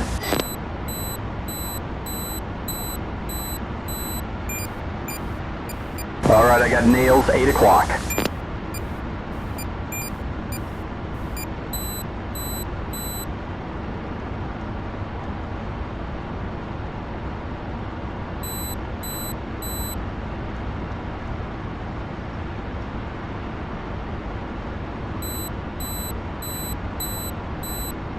500.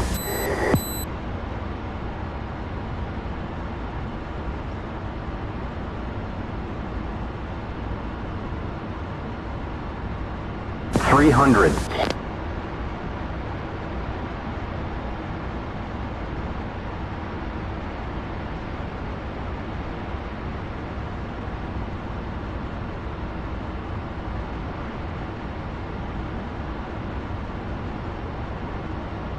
$100.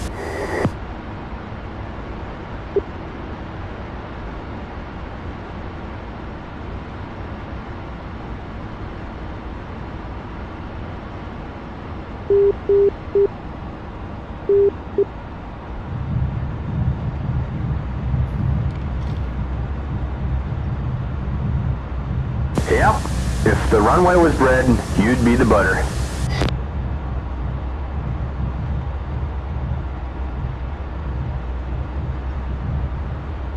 And don't just stop.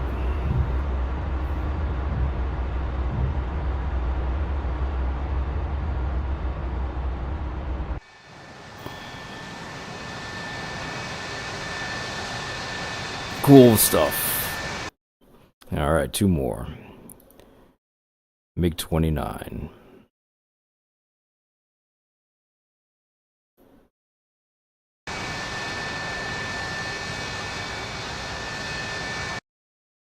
So this was the most recent release of all the jets here today. Pretty cool. Now you have a Polish scheme. Didn't have too many paint jobs right now, but this will do.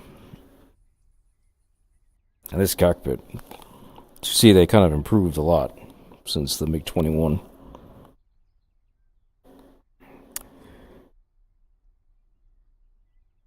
It's also available in the original Russian. Same with the MiG-21. So you can have the cockpit in English or in Russian. So pretty neat. But we're going to take our battery supply on. This plane, like the MiG-21, can start without any external equipment, which is pretty neat. They have this little thing to turn all these switches on at the same time, which is pretty cool.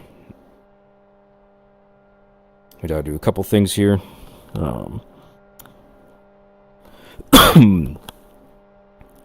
Turn our radio, recorder, radio, aircraft systems, and our gyros. Take our navigation switch too. We'll leave IFF, AFCS, and weapon switches for after. So we gotta wait for 30 seconds from when I flip those gyro switches to let them stabilize. You can see that needle there. Wait until it gets to the top.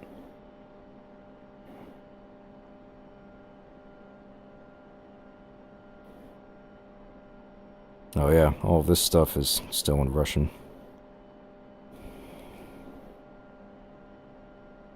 And we'll call that 30 seconds.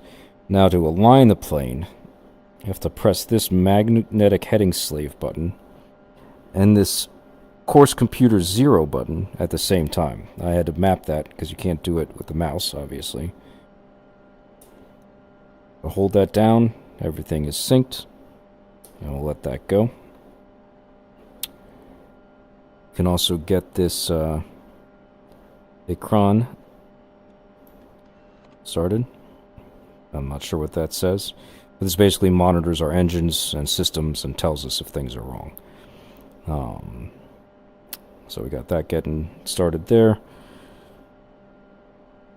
And we'll start our navigation alignment.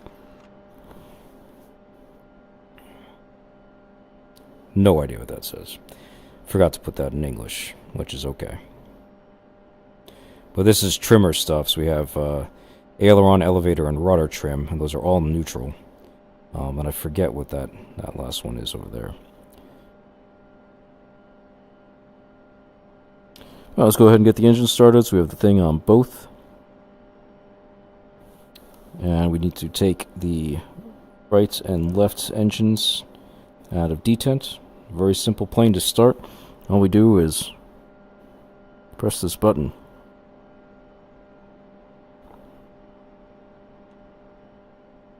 And you can see there.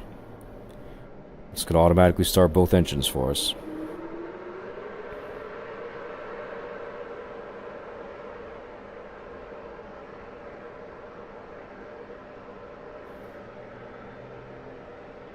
As you can see here, the number 2 engine starting to spool up.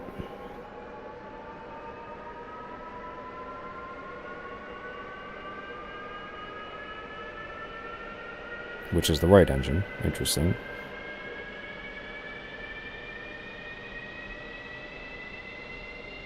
Запри фонарь. Смотри экран.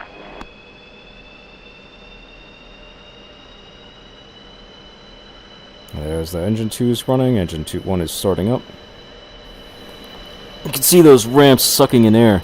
This is a very cool design from the Russians.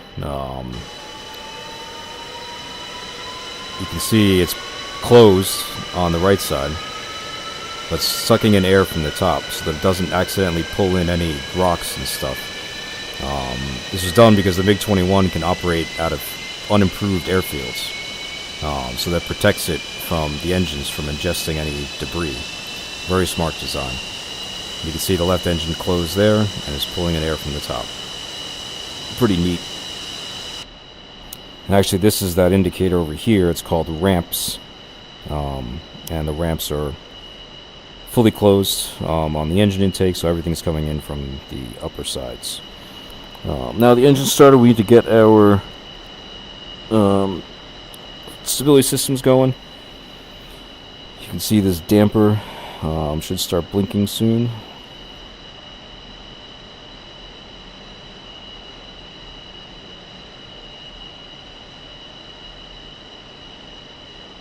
Yep, there it goes. Now the thing is going to do some self-tests. We can't touch it while it does that.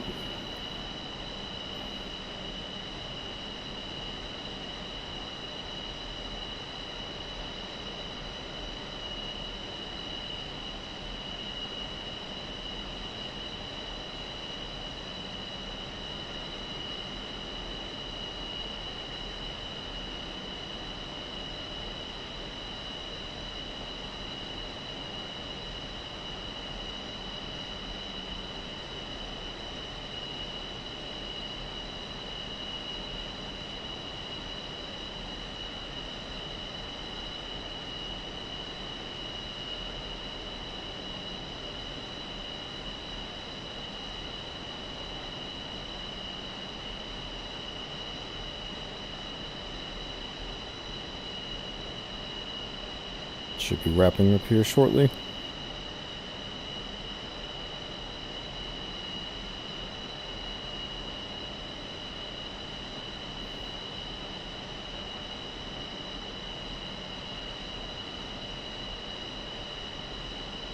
Solid light there. Caution is allowed out. You can turn that off. Got our trimmer back to neutral. So aileron first. Green light. And then elevator. Green light. Alright, let's finish setting up. Turn on all our weapon systems. All that's good to go.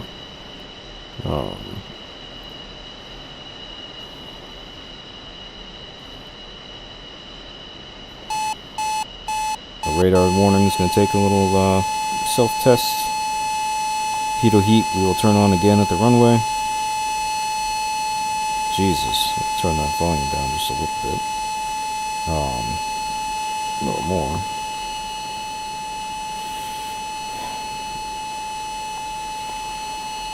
Everything is good there. Definitely want to take some external fuel. This plane burns gas like nothing else. All that is synced. Good to go here. We'll turn the master arm on later. Get some taxi light on. Canopy, and take to the taxi position. So it's kind of just going to hover here, which is pretty funny.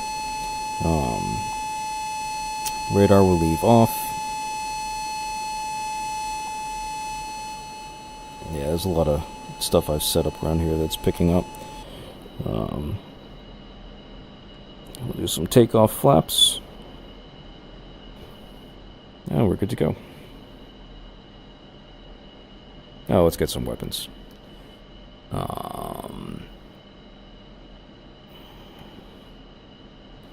we have any other liveries? No. That's unfortunate. Now this is cool. We can do the R-73 Archer, which is a high-off bore sight.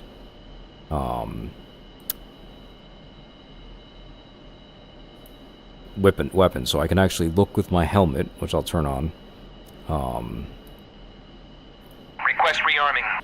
And lock a target that way, which is very, very, very, very cool and very useful for close range engagements. Later versions of this jet this has Fox 1s as well, so the radar lock needs to be there constantly. But later versions had Fox 3s where the missile has its own radar. They just didn't include those yet, but that will be coming for this aircraft soon. This was a very recent model that they added to the game.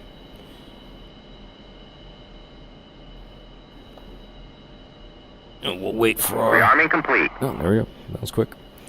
Let's go take off.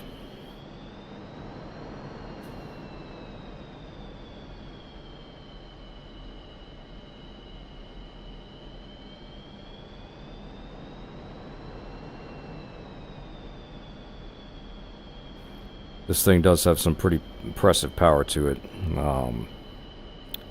so we don't have to go all the way to the end of the runway.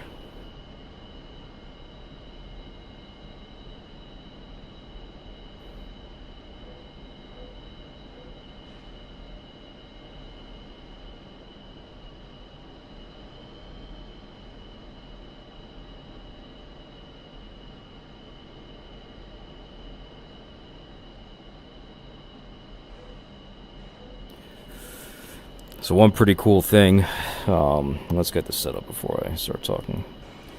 Seal the canopy, pitot heat can come on, landing light goes on. That's good. So one very cool thing about this, you can see this bulb right here, right in front of the canopy, that can see heat. So the radar is in the nose, like a radar normally is, and emits radiation and looks for it to bounce back to see where something is. The downside of a radar is that other aircraft will detect the emissions of your radar, so they know where you are. That bulb just looks for heat signatures, so it's what's called a passive detection system. Now it's not nearly as long range, but you can be pretty far away and it'll see the heat signature of a jet, and it can actually tell these missiles, guide them with the heat signature. So you would, the enemy aircraft, you would never know that the MiG-29 was right behind you. No radar, no nothing. And it could be a decent range away, and they have long-range heat-seeking missiles that can hit you, and you would never even know they were there. So, very cool idea. No U.S. jet has that. Pretty exclusive system. So, not that we couldn't do it, but the U.S. doctrine is more powerful radar, as opposed to this kind of, secondary system. Now, also the Russians are pretty smart. These two, the radar and the optical system, can work together. So, if the optical system loses track, the radar can then turn on and pick up what the IR sensor lost. So pretty cool technology. Very smart design. They engineered pretty well with this thing. Clear left, clear right. And we'll do a shorter field takeoff here.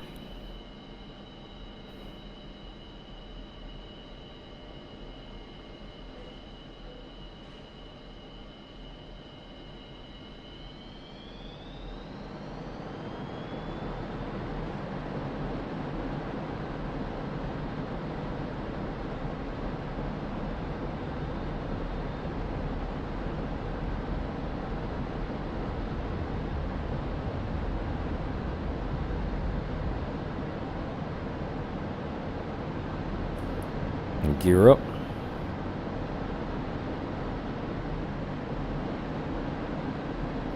And flaps up.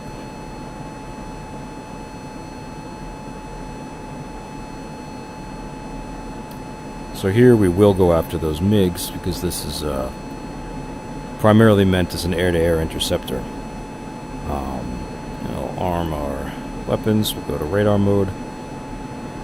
And we'll make sure our radar is on illuminate.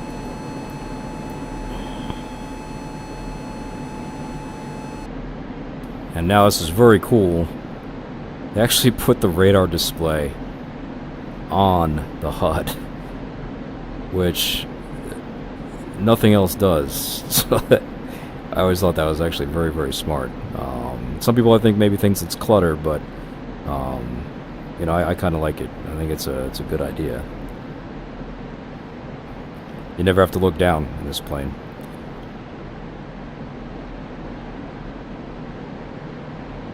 We're going to burn down fuel, though, so we gotta keep an eye on that.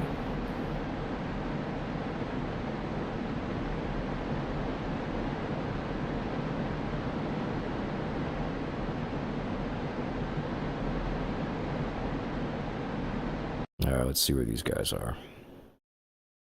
Okay.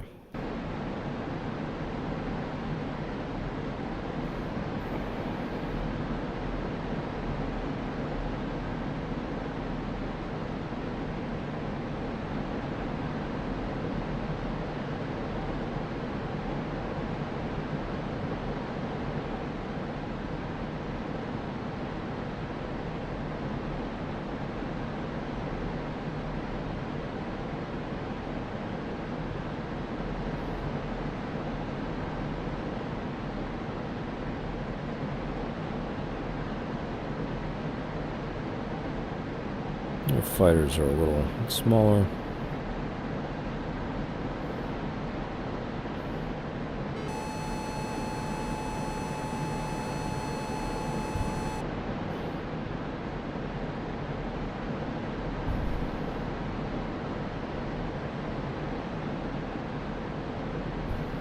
Alright, let's see.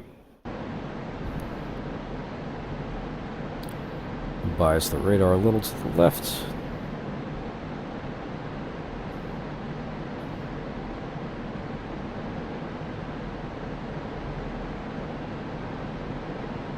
There's 1,600 meters, so we should be at about 1,200 feet. Doing 990 kilometers per hour.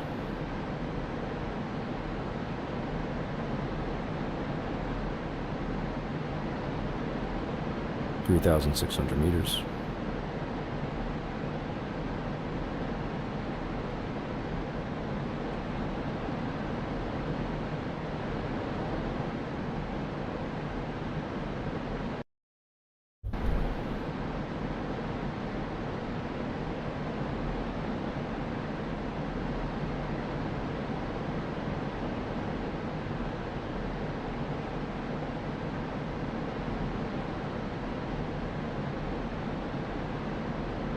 And they should show up towards the top because we're going to be here at the bottom.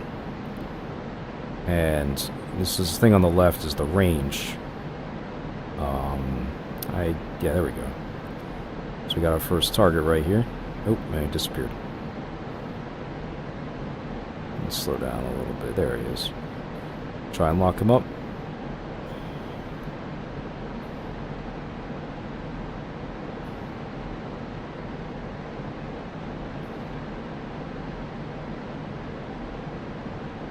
Being a little finicky.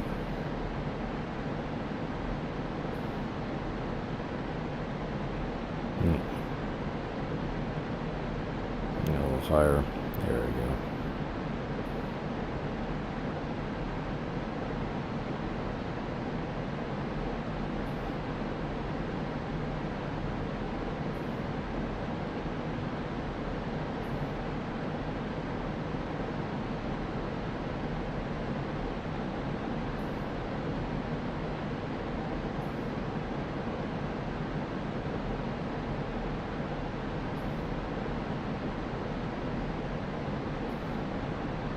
Am I on the right guys here? Yeah, I thought so.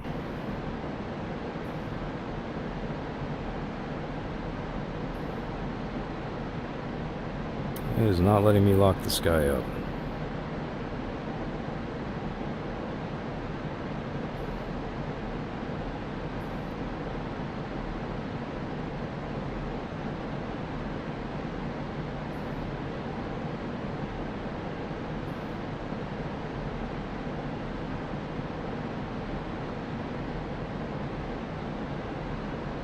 There we go. Пуск разрешен.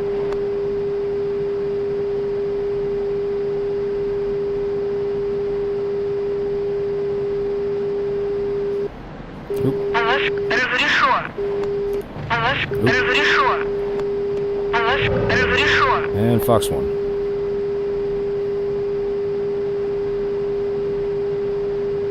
Oh, he was right there. Oh my god.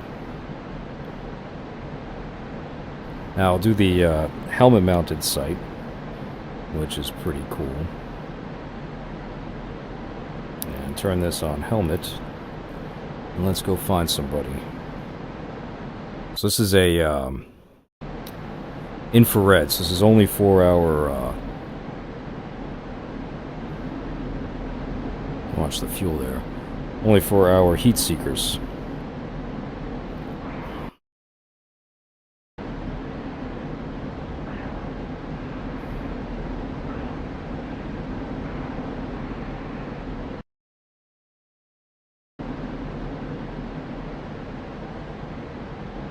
Alright, he's somewhere around here.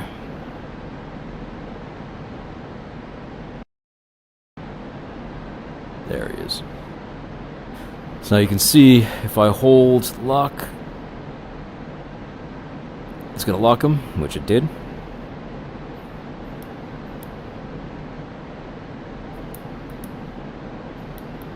Пуск разрешен. Пуск разрешен. Now let's see.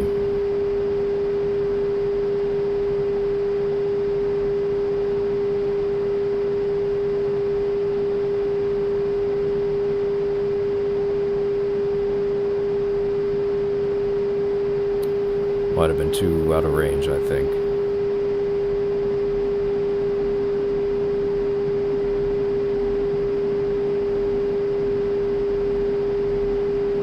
Let's get closer.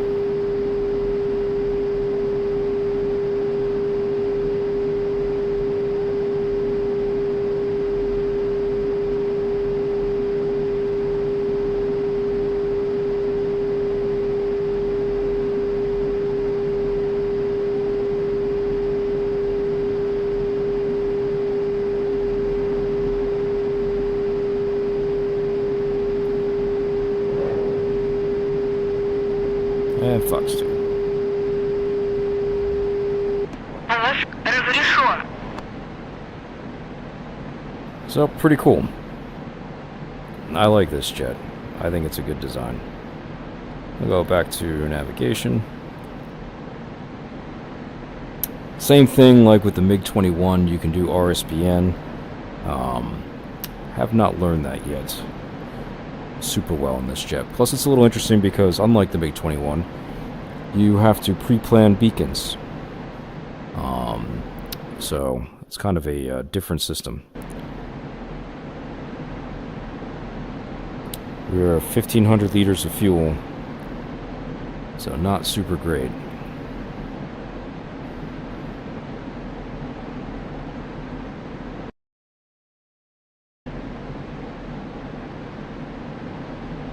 Be a little bit judicious with our throttle.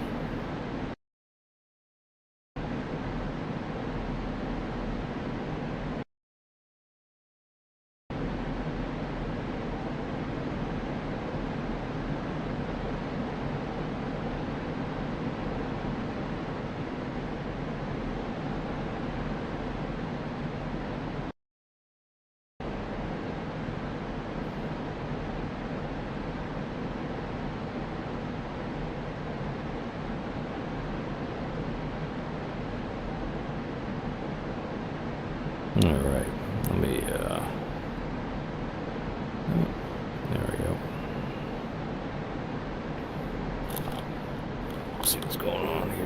these text messages.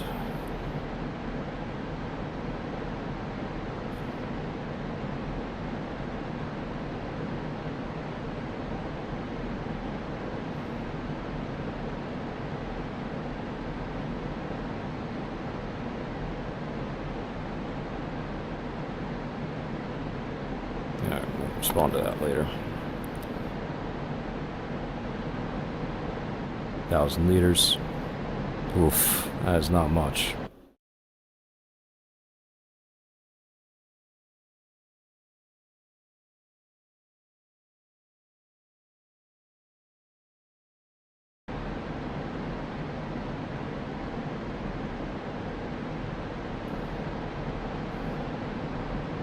Dang, we might have a fuel problem.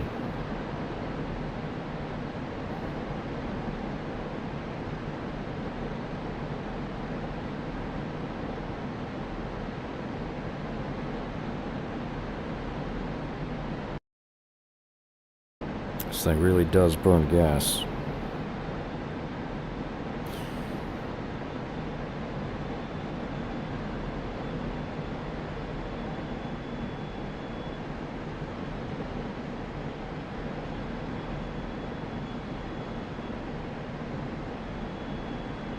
So even with that external tank, you can see it's kind of limiting the range on this thing. But it was designed to be an interceptor, again, like the MiG-21.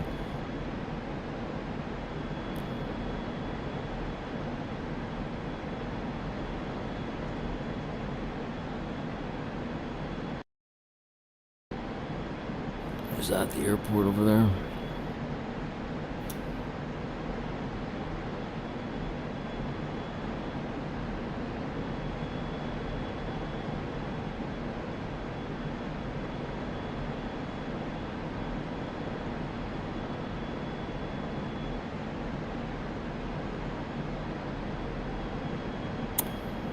.700 liters. That's getting dangerous.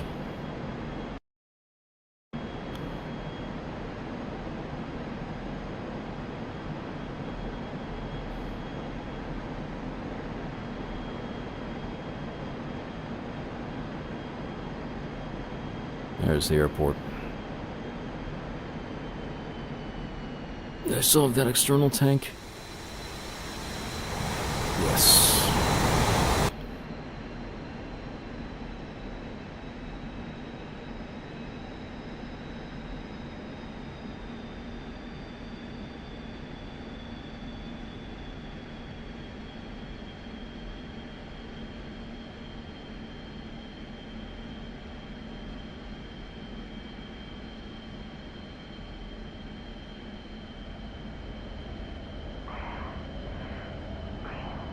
Lead off some speed.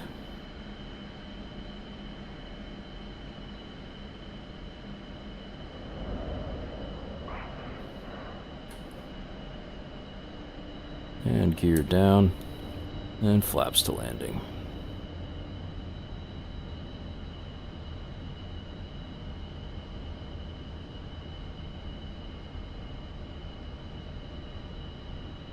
Way high. Fortunately, with the external tank, the speed brakes don't deploy. It's kind of a funny design thing. Try and do some S-turns here to lose altitude.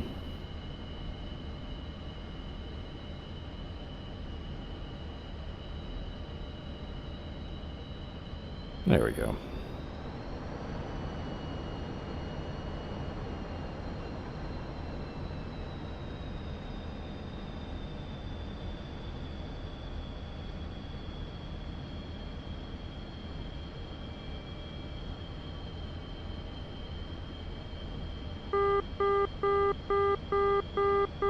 That's the radar altimeter.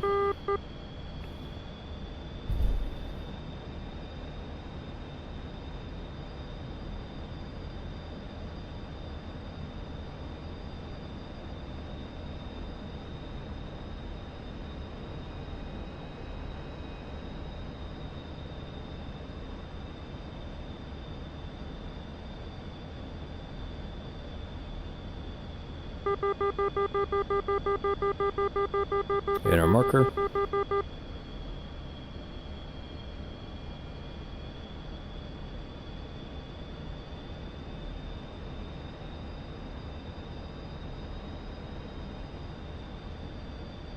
A little right.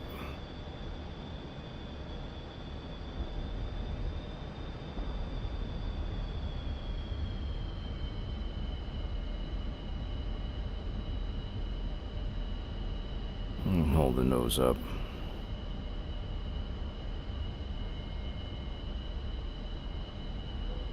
Easy.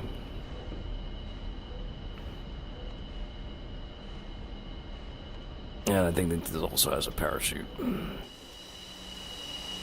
which is pretty cool.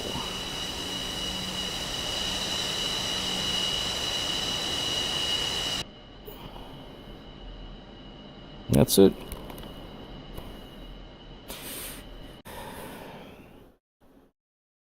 And our very last one, which we will do something special.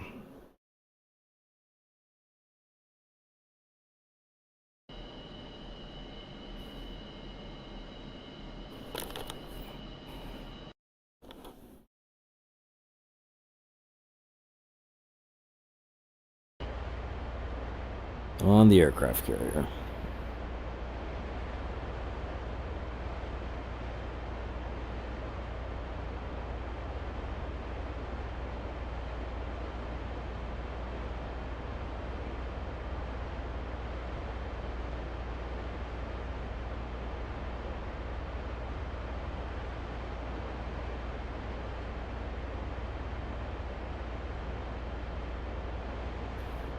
All right. My favorite jet. This is the one I fly the most. The F-18 Hornet. Pretty cool.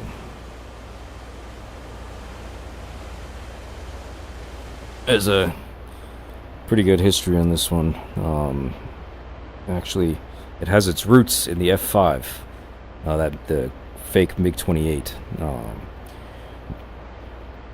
The Northrop Company was designing, or submitted a design for the Air Force fighter, but they didn't win. So then they went to the Navy competition, and they partnered with McDonnell Douglas, because they'd never designed a ship-based aircraft. So the F-5, was modified by McDonnell Douglas, and it became the YF-17, which is what was submitted to the Air Force, or to the Navy rather. And they won that competition, and then that became the F-18. I'll turn the APU on here.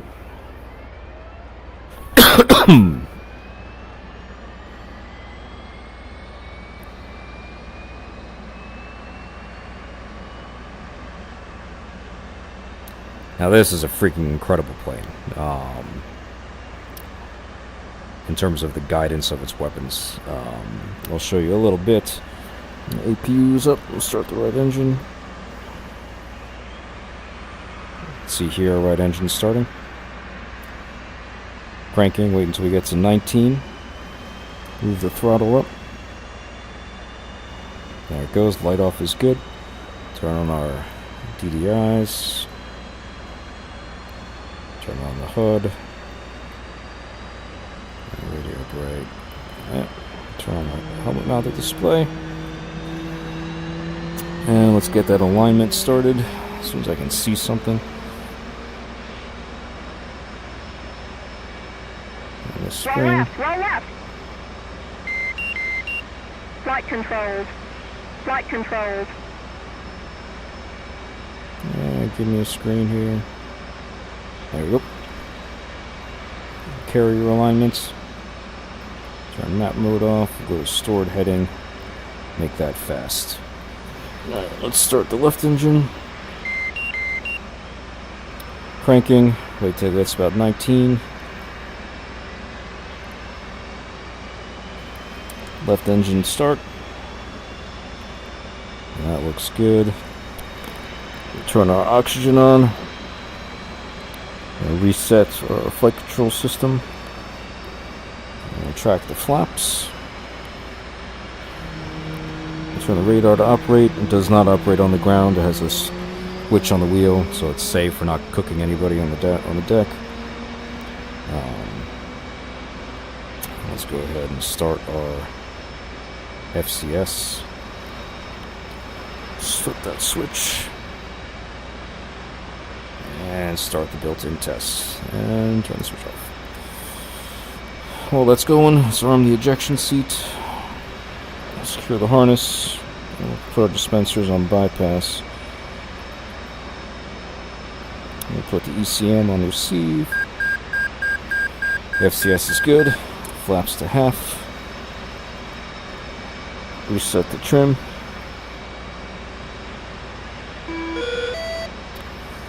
And we'll do a backup. ADI. Radar altimeter. Close the canopy.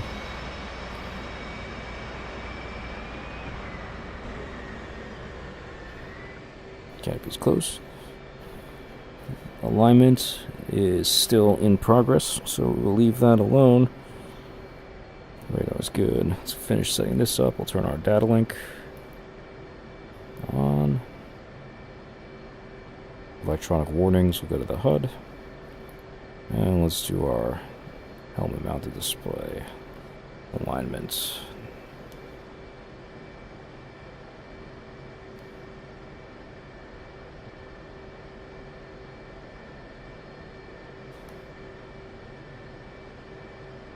That looks good.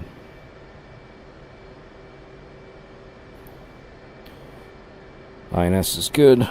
Set this to in-flight alignment. And let's get some weapons.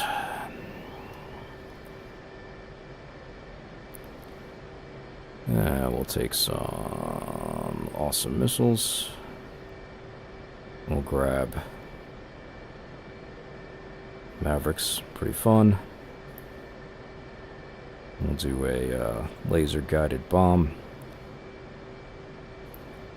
Put a 120 on there.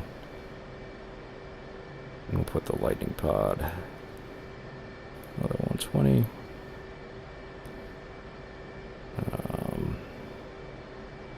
Laser-guided bomb. Maverick. And Sidewinder. Oop, not that one. That one. Request rearming. Copy. And while we're on the carrier, we actually have to set our stabilizer trim to at least 16 to 17. When we put 17, we've got some load today. I could even do 18. Honestly, a little heavier. So you can see here the trim system's much more digital. Yeah. Rearming complete.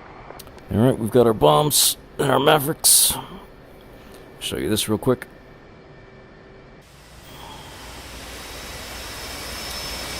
Mavericks, little camera there. It's gonna be pretty cool. Laser guided bomb. Same thing on the other side. And we've got a pod there, targeting pod. That'll be very cool. Basically, lets us look and use lasers to guide the bombs. So pretty neat. So they're waiting a salute gesture now, which we will give. Ground crew and salute. This guy's going to tell us where to taxi.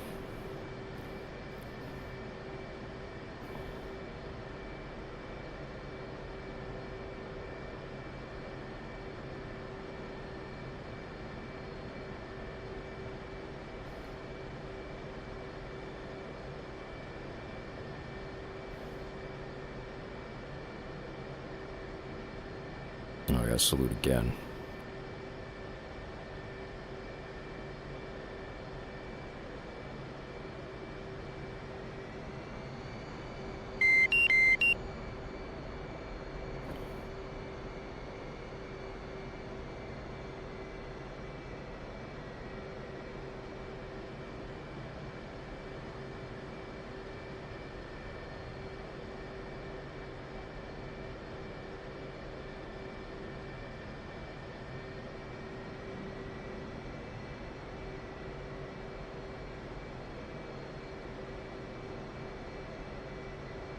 So he basically tells us to keep turning right until he starts putting his hand straight back. And he's going to point us to someone else. Oh, there we go.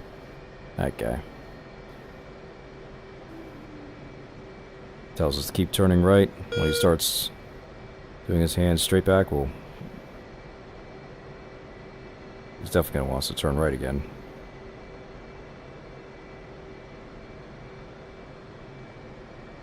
What are you doing, buddy?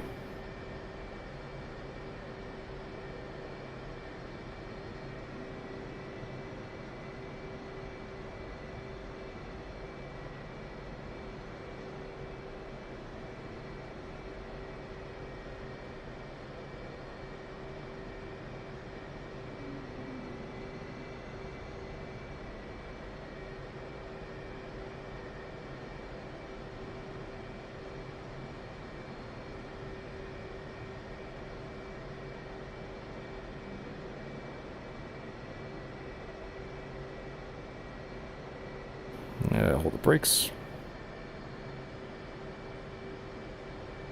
Telling us to spread our wings.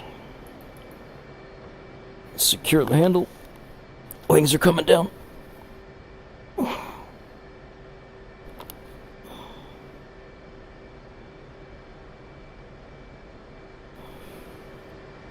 Tow bar out, or launch bar, extend. There we go.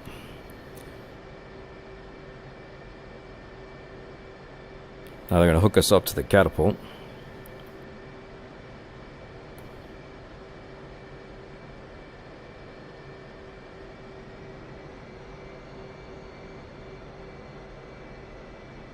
Bar is going to grab, we're going to push it over the hump.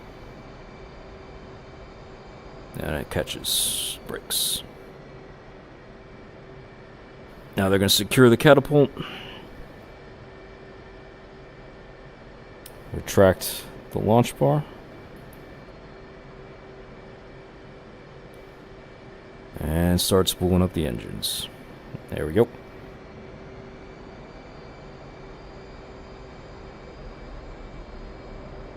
And burner. Ground crew. Salute. And here we go.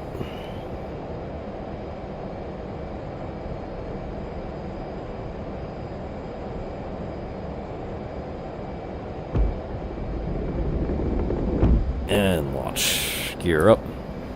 Flaps to auto.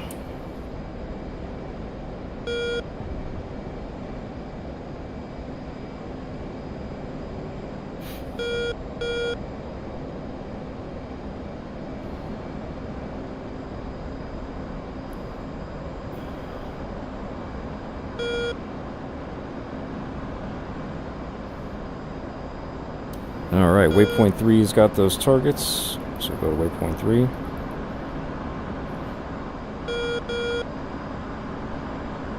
And let's get air to ground. Might as well arm. We'll go for the Mavericks first. Let's turn on our FLIR pod and let it warm up.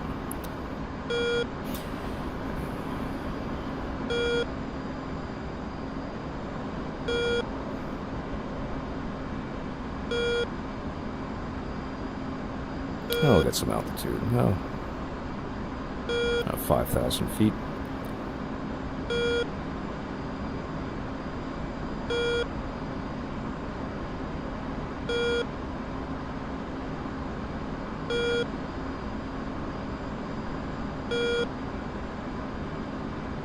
There we go, 5,000. Oop, not quite.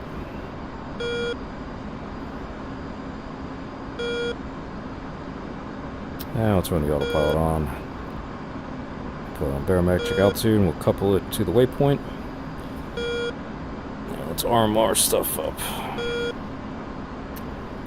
So Mavericks are on standby. Let's get our FLIR pod on. It's still not warmed up. Flaps are up. Obviously the gear's up. Everything's good to go.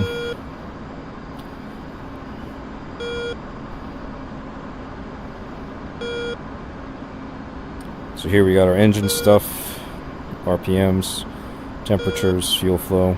There's our internal and external fuel. It's the same right now because we don't have any external tanks. This is obviously our stores page. This is the communications and autopilot. And here's another, you can actually put whatever you want on these things, which is pretty cool. As soon as our FLIR pod warms up, we'll be able to see that, which will be kind of fun. But in the meantime, I'll show you these Mavericks have their own cameras. So we can actually put this on something and it'll see contrasts. So you can lock onto something just by its contrast, which is very interesting. Alright, our FLIR pod is up. We'll slave it to the velocity vector. We'll designate that waypoint as a target. And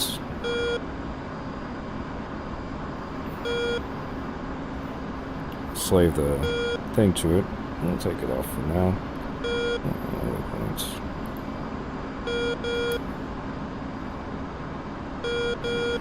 Let's sync our heading.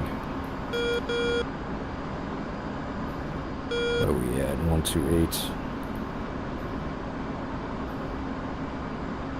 And we'll put autopilot on heading select. Keep it stable. So now you can see here on the right, you can actually zoom in.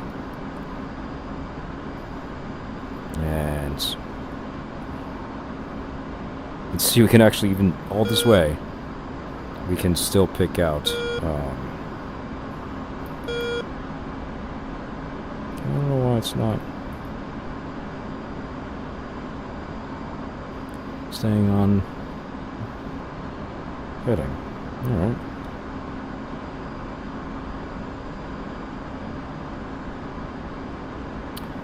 So we pick out a truck. Let's grab one of these tanks. I'll grab that guy. We'll wait until we get a little bit closer.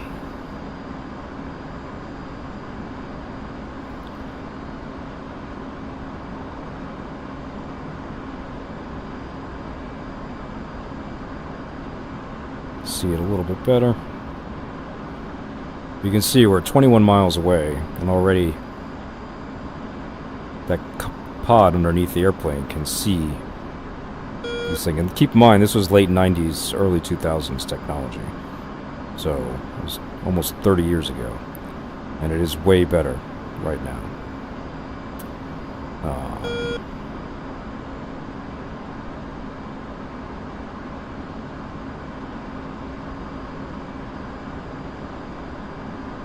Let's go for this guy first. Got 2 Mavericks off. Mavericks are fire and forget, so we can shoot it, pick another target, and shoot the other one.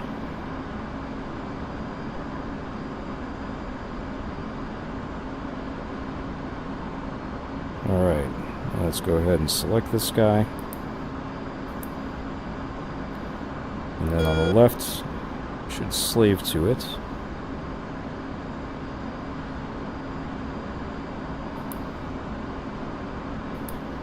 Oops. Altitude. Altitude. Pick this guy.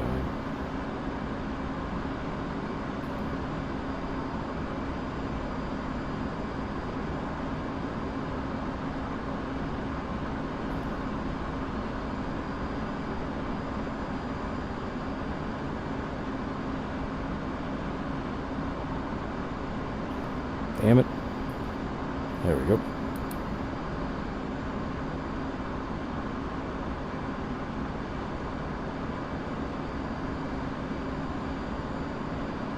Alright, Maverick is in range.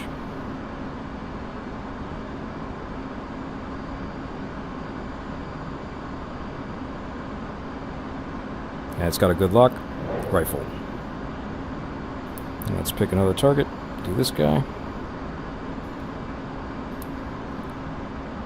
In range.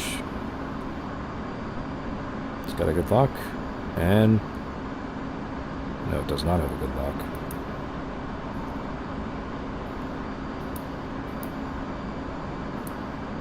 Rifle. So now I'll be able to see this guy.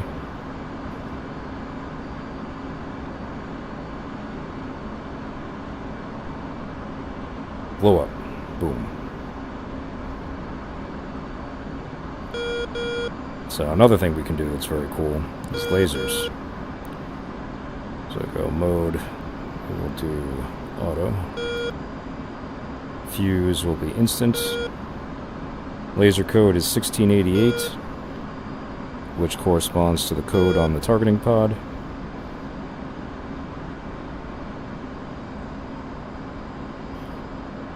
Yeah, let's turn the laser on, arm it. And let's go get some altitude.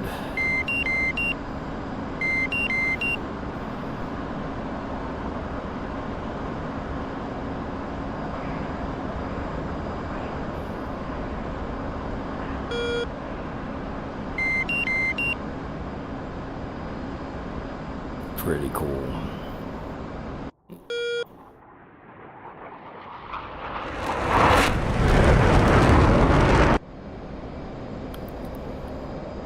All right. Nice and high, 20,000 feet.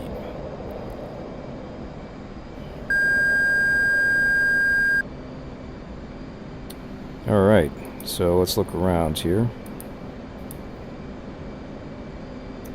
And let's designate another target.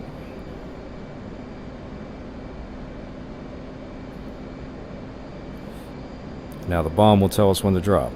So, we're pretty high. I think this is going to be a little too close. Yeah, it's too close. So we'll come back around.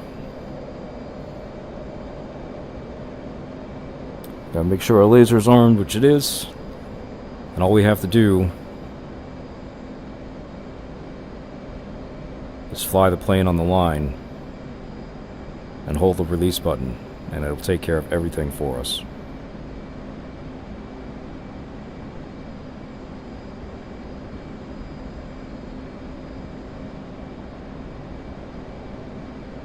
Give it until about 4 miles. 3.2, 3, 4, 6, 7, 8, and 4 miles. Alright, let's start our turn.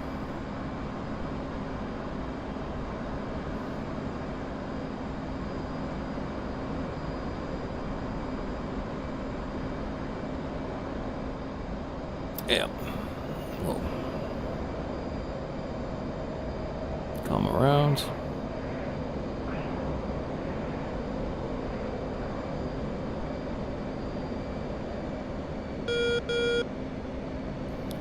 So as long, ooh, man, we are still too close. Yep, we'll come back around. We'll go to about 7 miles.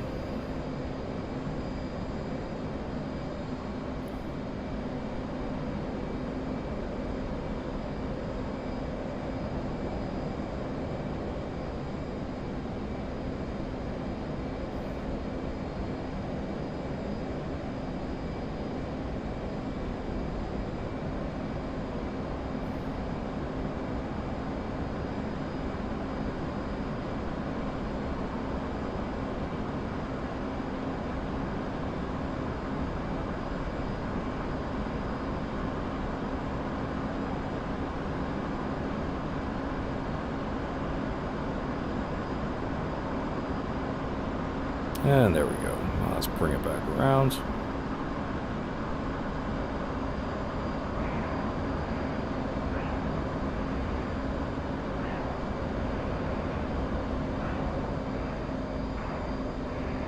There's our target.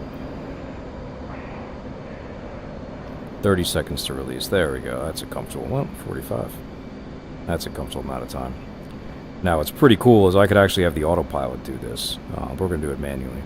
A little more fun. So, we're just going to put the velocity vector right there, that airplane-looking thing, right on that line. Hold altitude. Saying 28 seconds until release. We'll watch it come down in about 3 seconds. We'll hold the release button. And the bomb will fall off automatically. And then it'll be guided by the laser.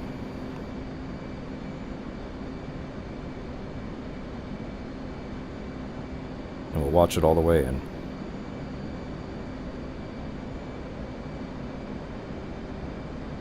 There you go, hold release. Bombs away. And we're gonna hold that tank right there. I'm gonna watch this, guys.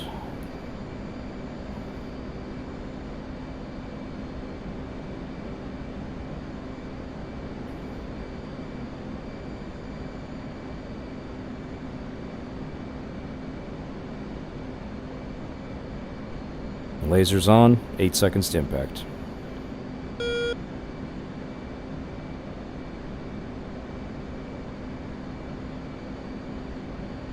Boom.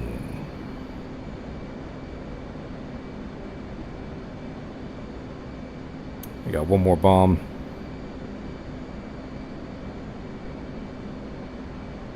I'll do that guy. Oops.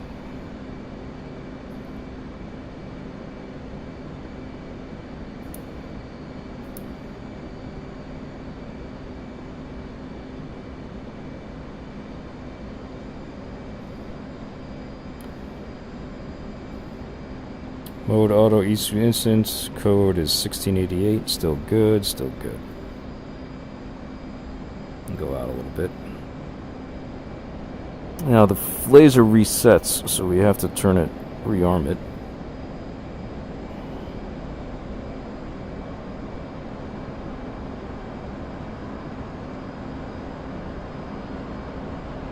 Now it looks like 7 miles is a good distance to turn around. There we go.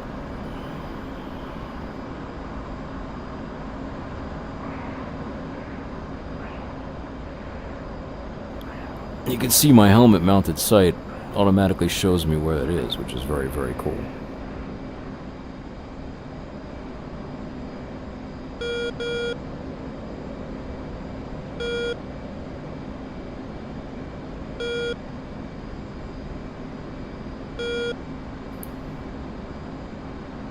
"25 seconds. We got a bit of a cloud cover. That is a problem. There it is, nice and clear.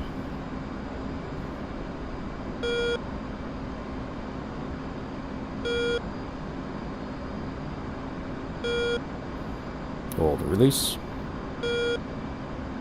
Weapons away.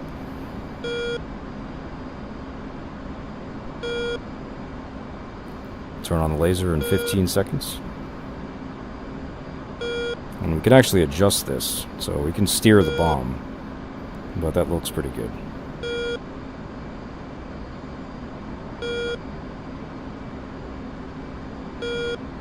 Lasers on.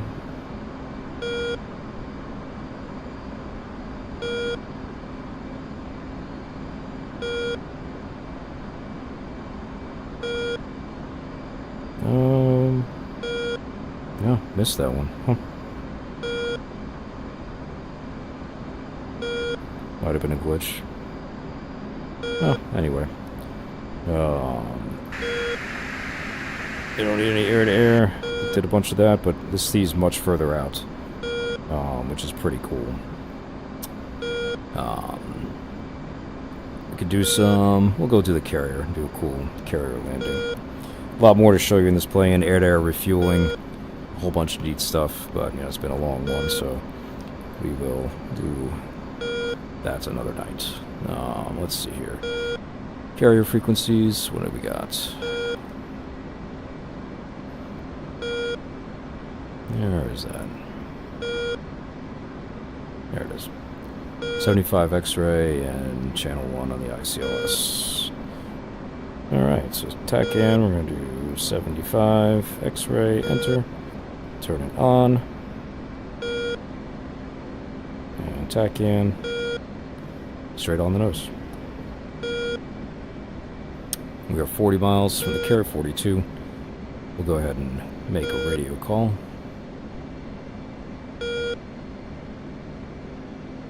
Here he is, Truman. Marshall 034. Marking Mops 139440. Angels 12.5. State 6.1. 034. Mother's weather is visibility 10 plus mile. Scattered clouds at 8,000. Altimeter is 29.93. Case 1 recovery expected BRC 351. Report see me at 10. 034. Okay, basic recovery course is 351. Let's get on course. Oh, there's the carrier. We're also way high, so let's get down.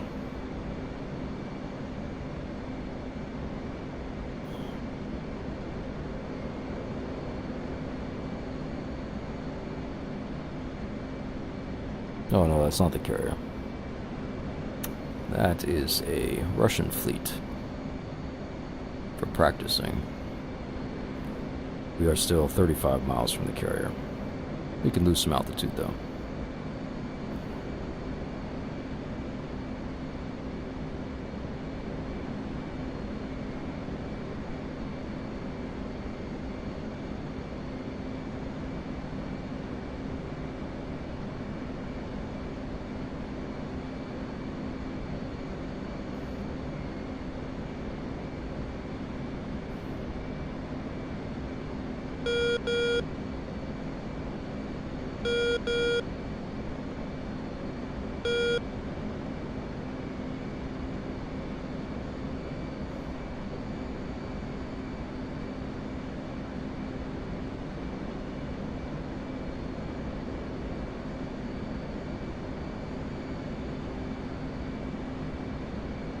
This plane will actually land itself on the carrier, but there's no fun in that.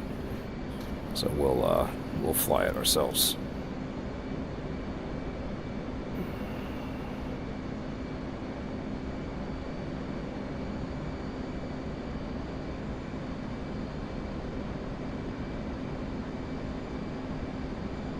Yeah, we don't need the helmet mounted sight anymore.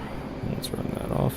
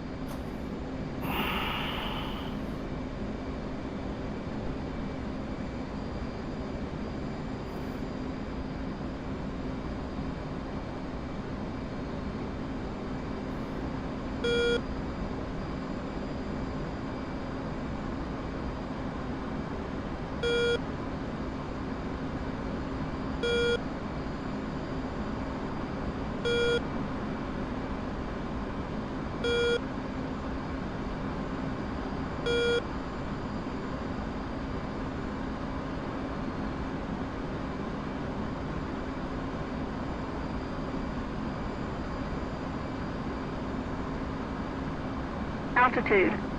Altitude.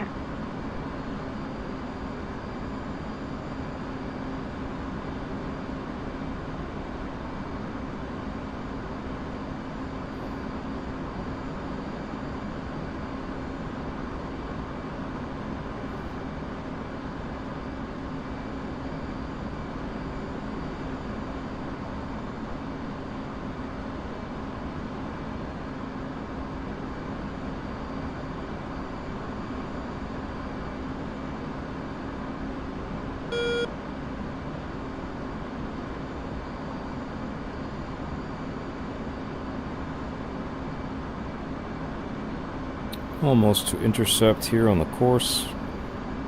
It's that line right there. We'll turn the ICLS on as soon as we get on course. 18 miles from the carrier.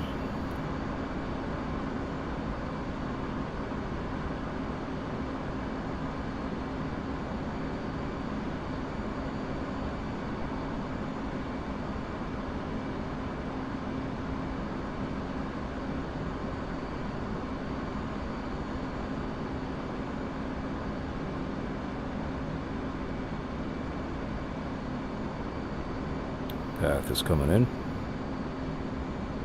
We're on a 351.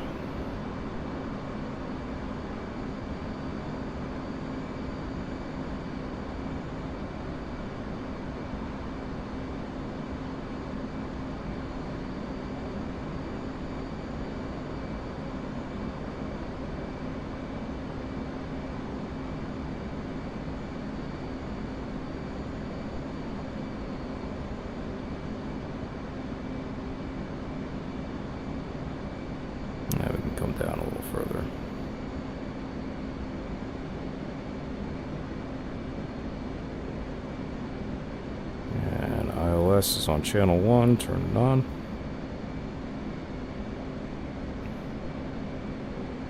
And let's put it up on the display.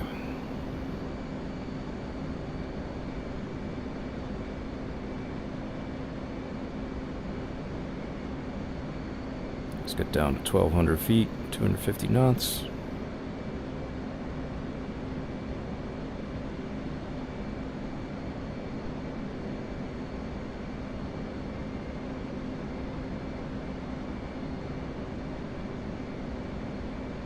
Nope. 034. See you at 10. 034. Update state, switch tower. 034. State 5.5.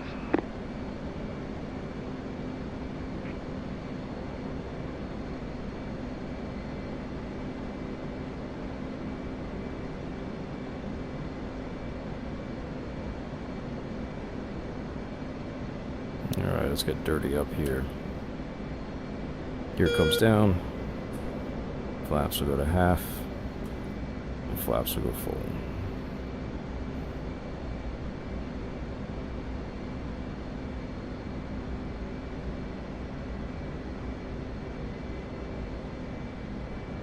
And hook down.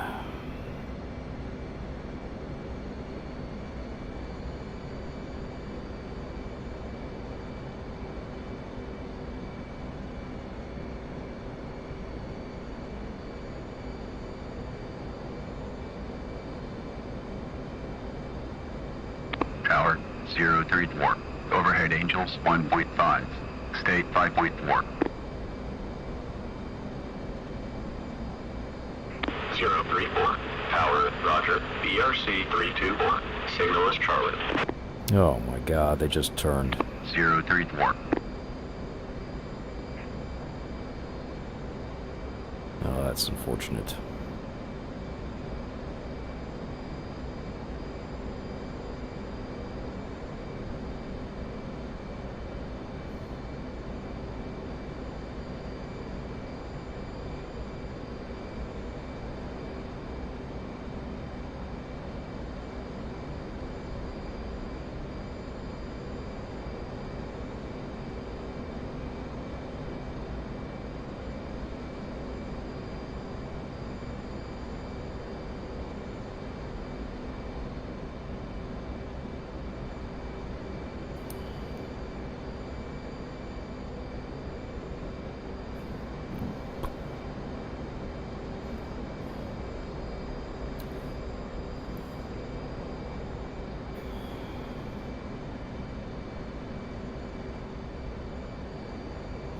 Alright, this will be a little spicy, but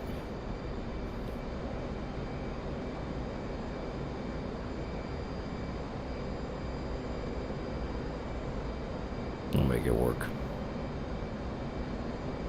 Gear, flaps, hook, good to go.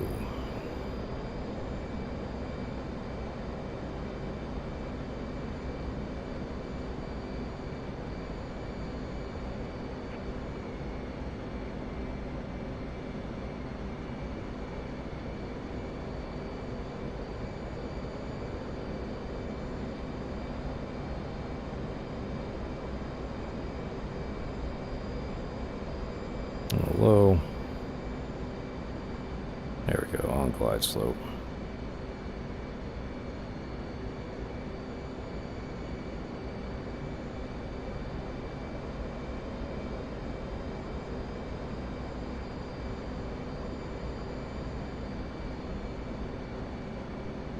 You're a little fast.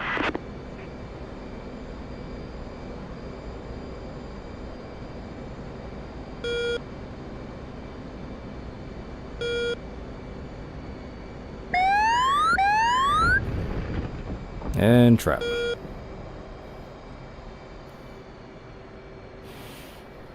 Hook up.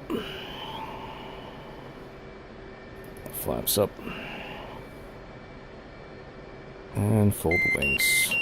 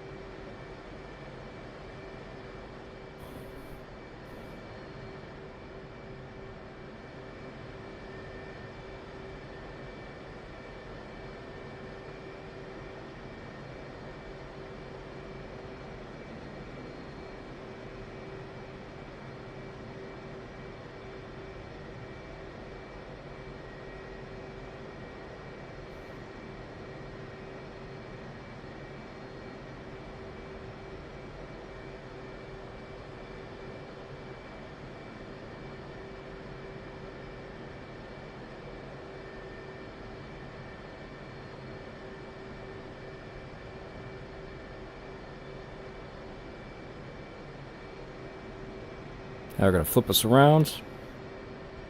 And we're parked. Let's open up the canopy. And since it's the last flight of the day, we'll shut down.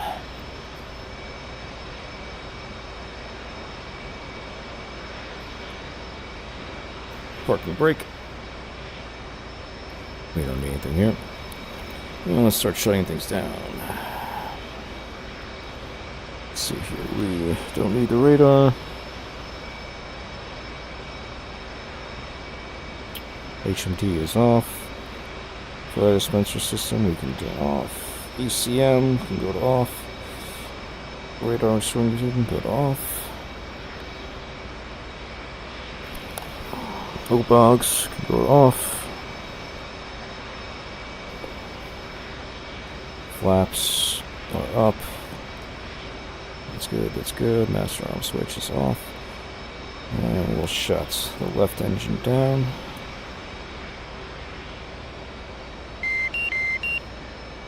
Turn off the AMPCD.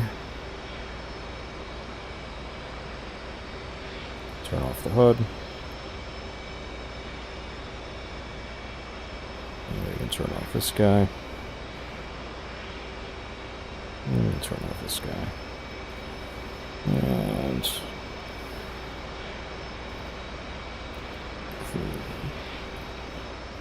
turn on the eject seat. Shut the right engine down.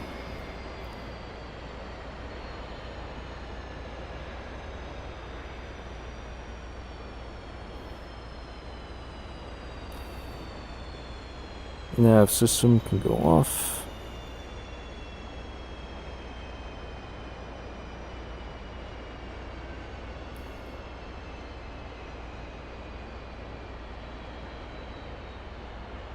So good spool down. And last but not least, battery off. That's us parked on the carrier.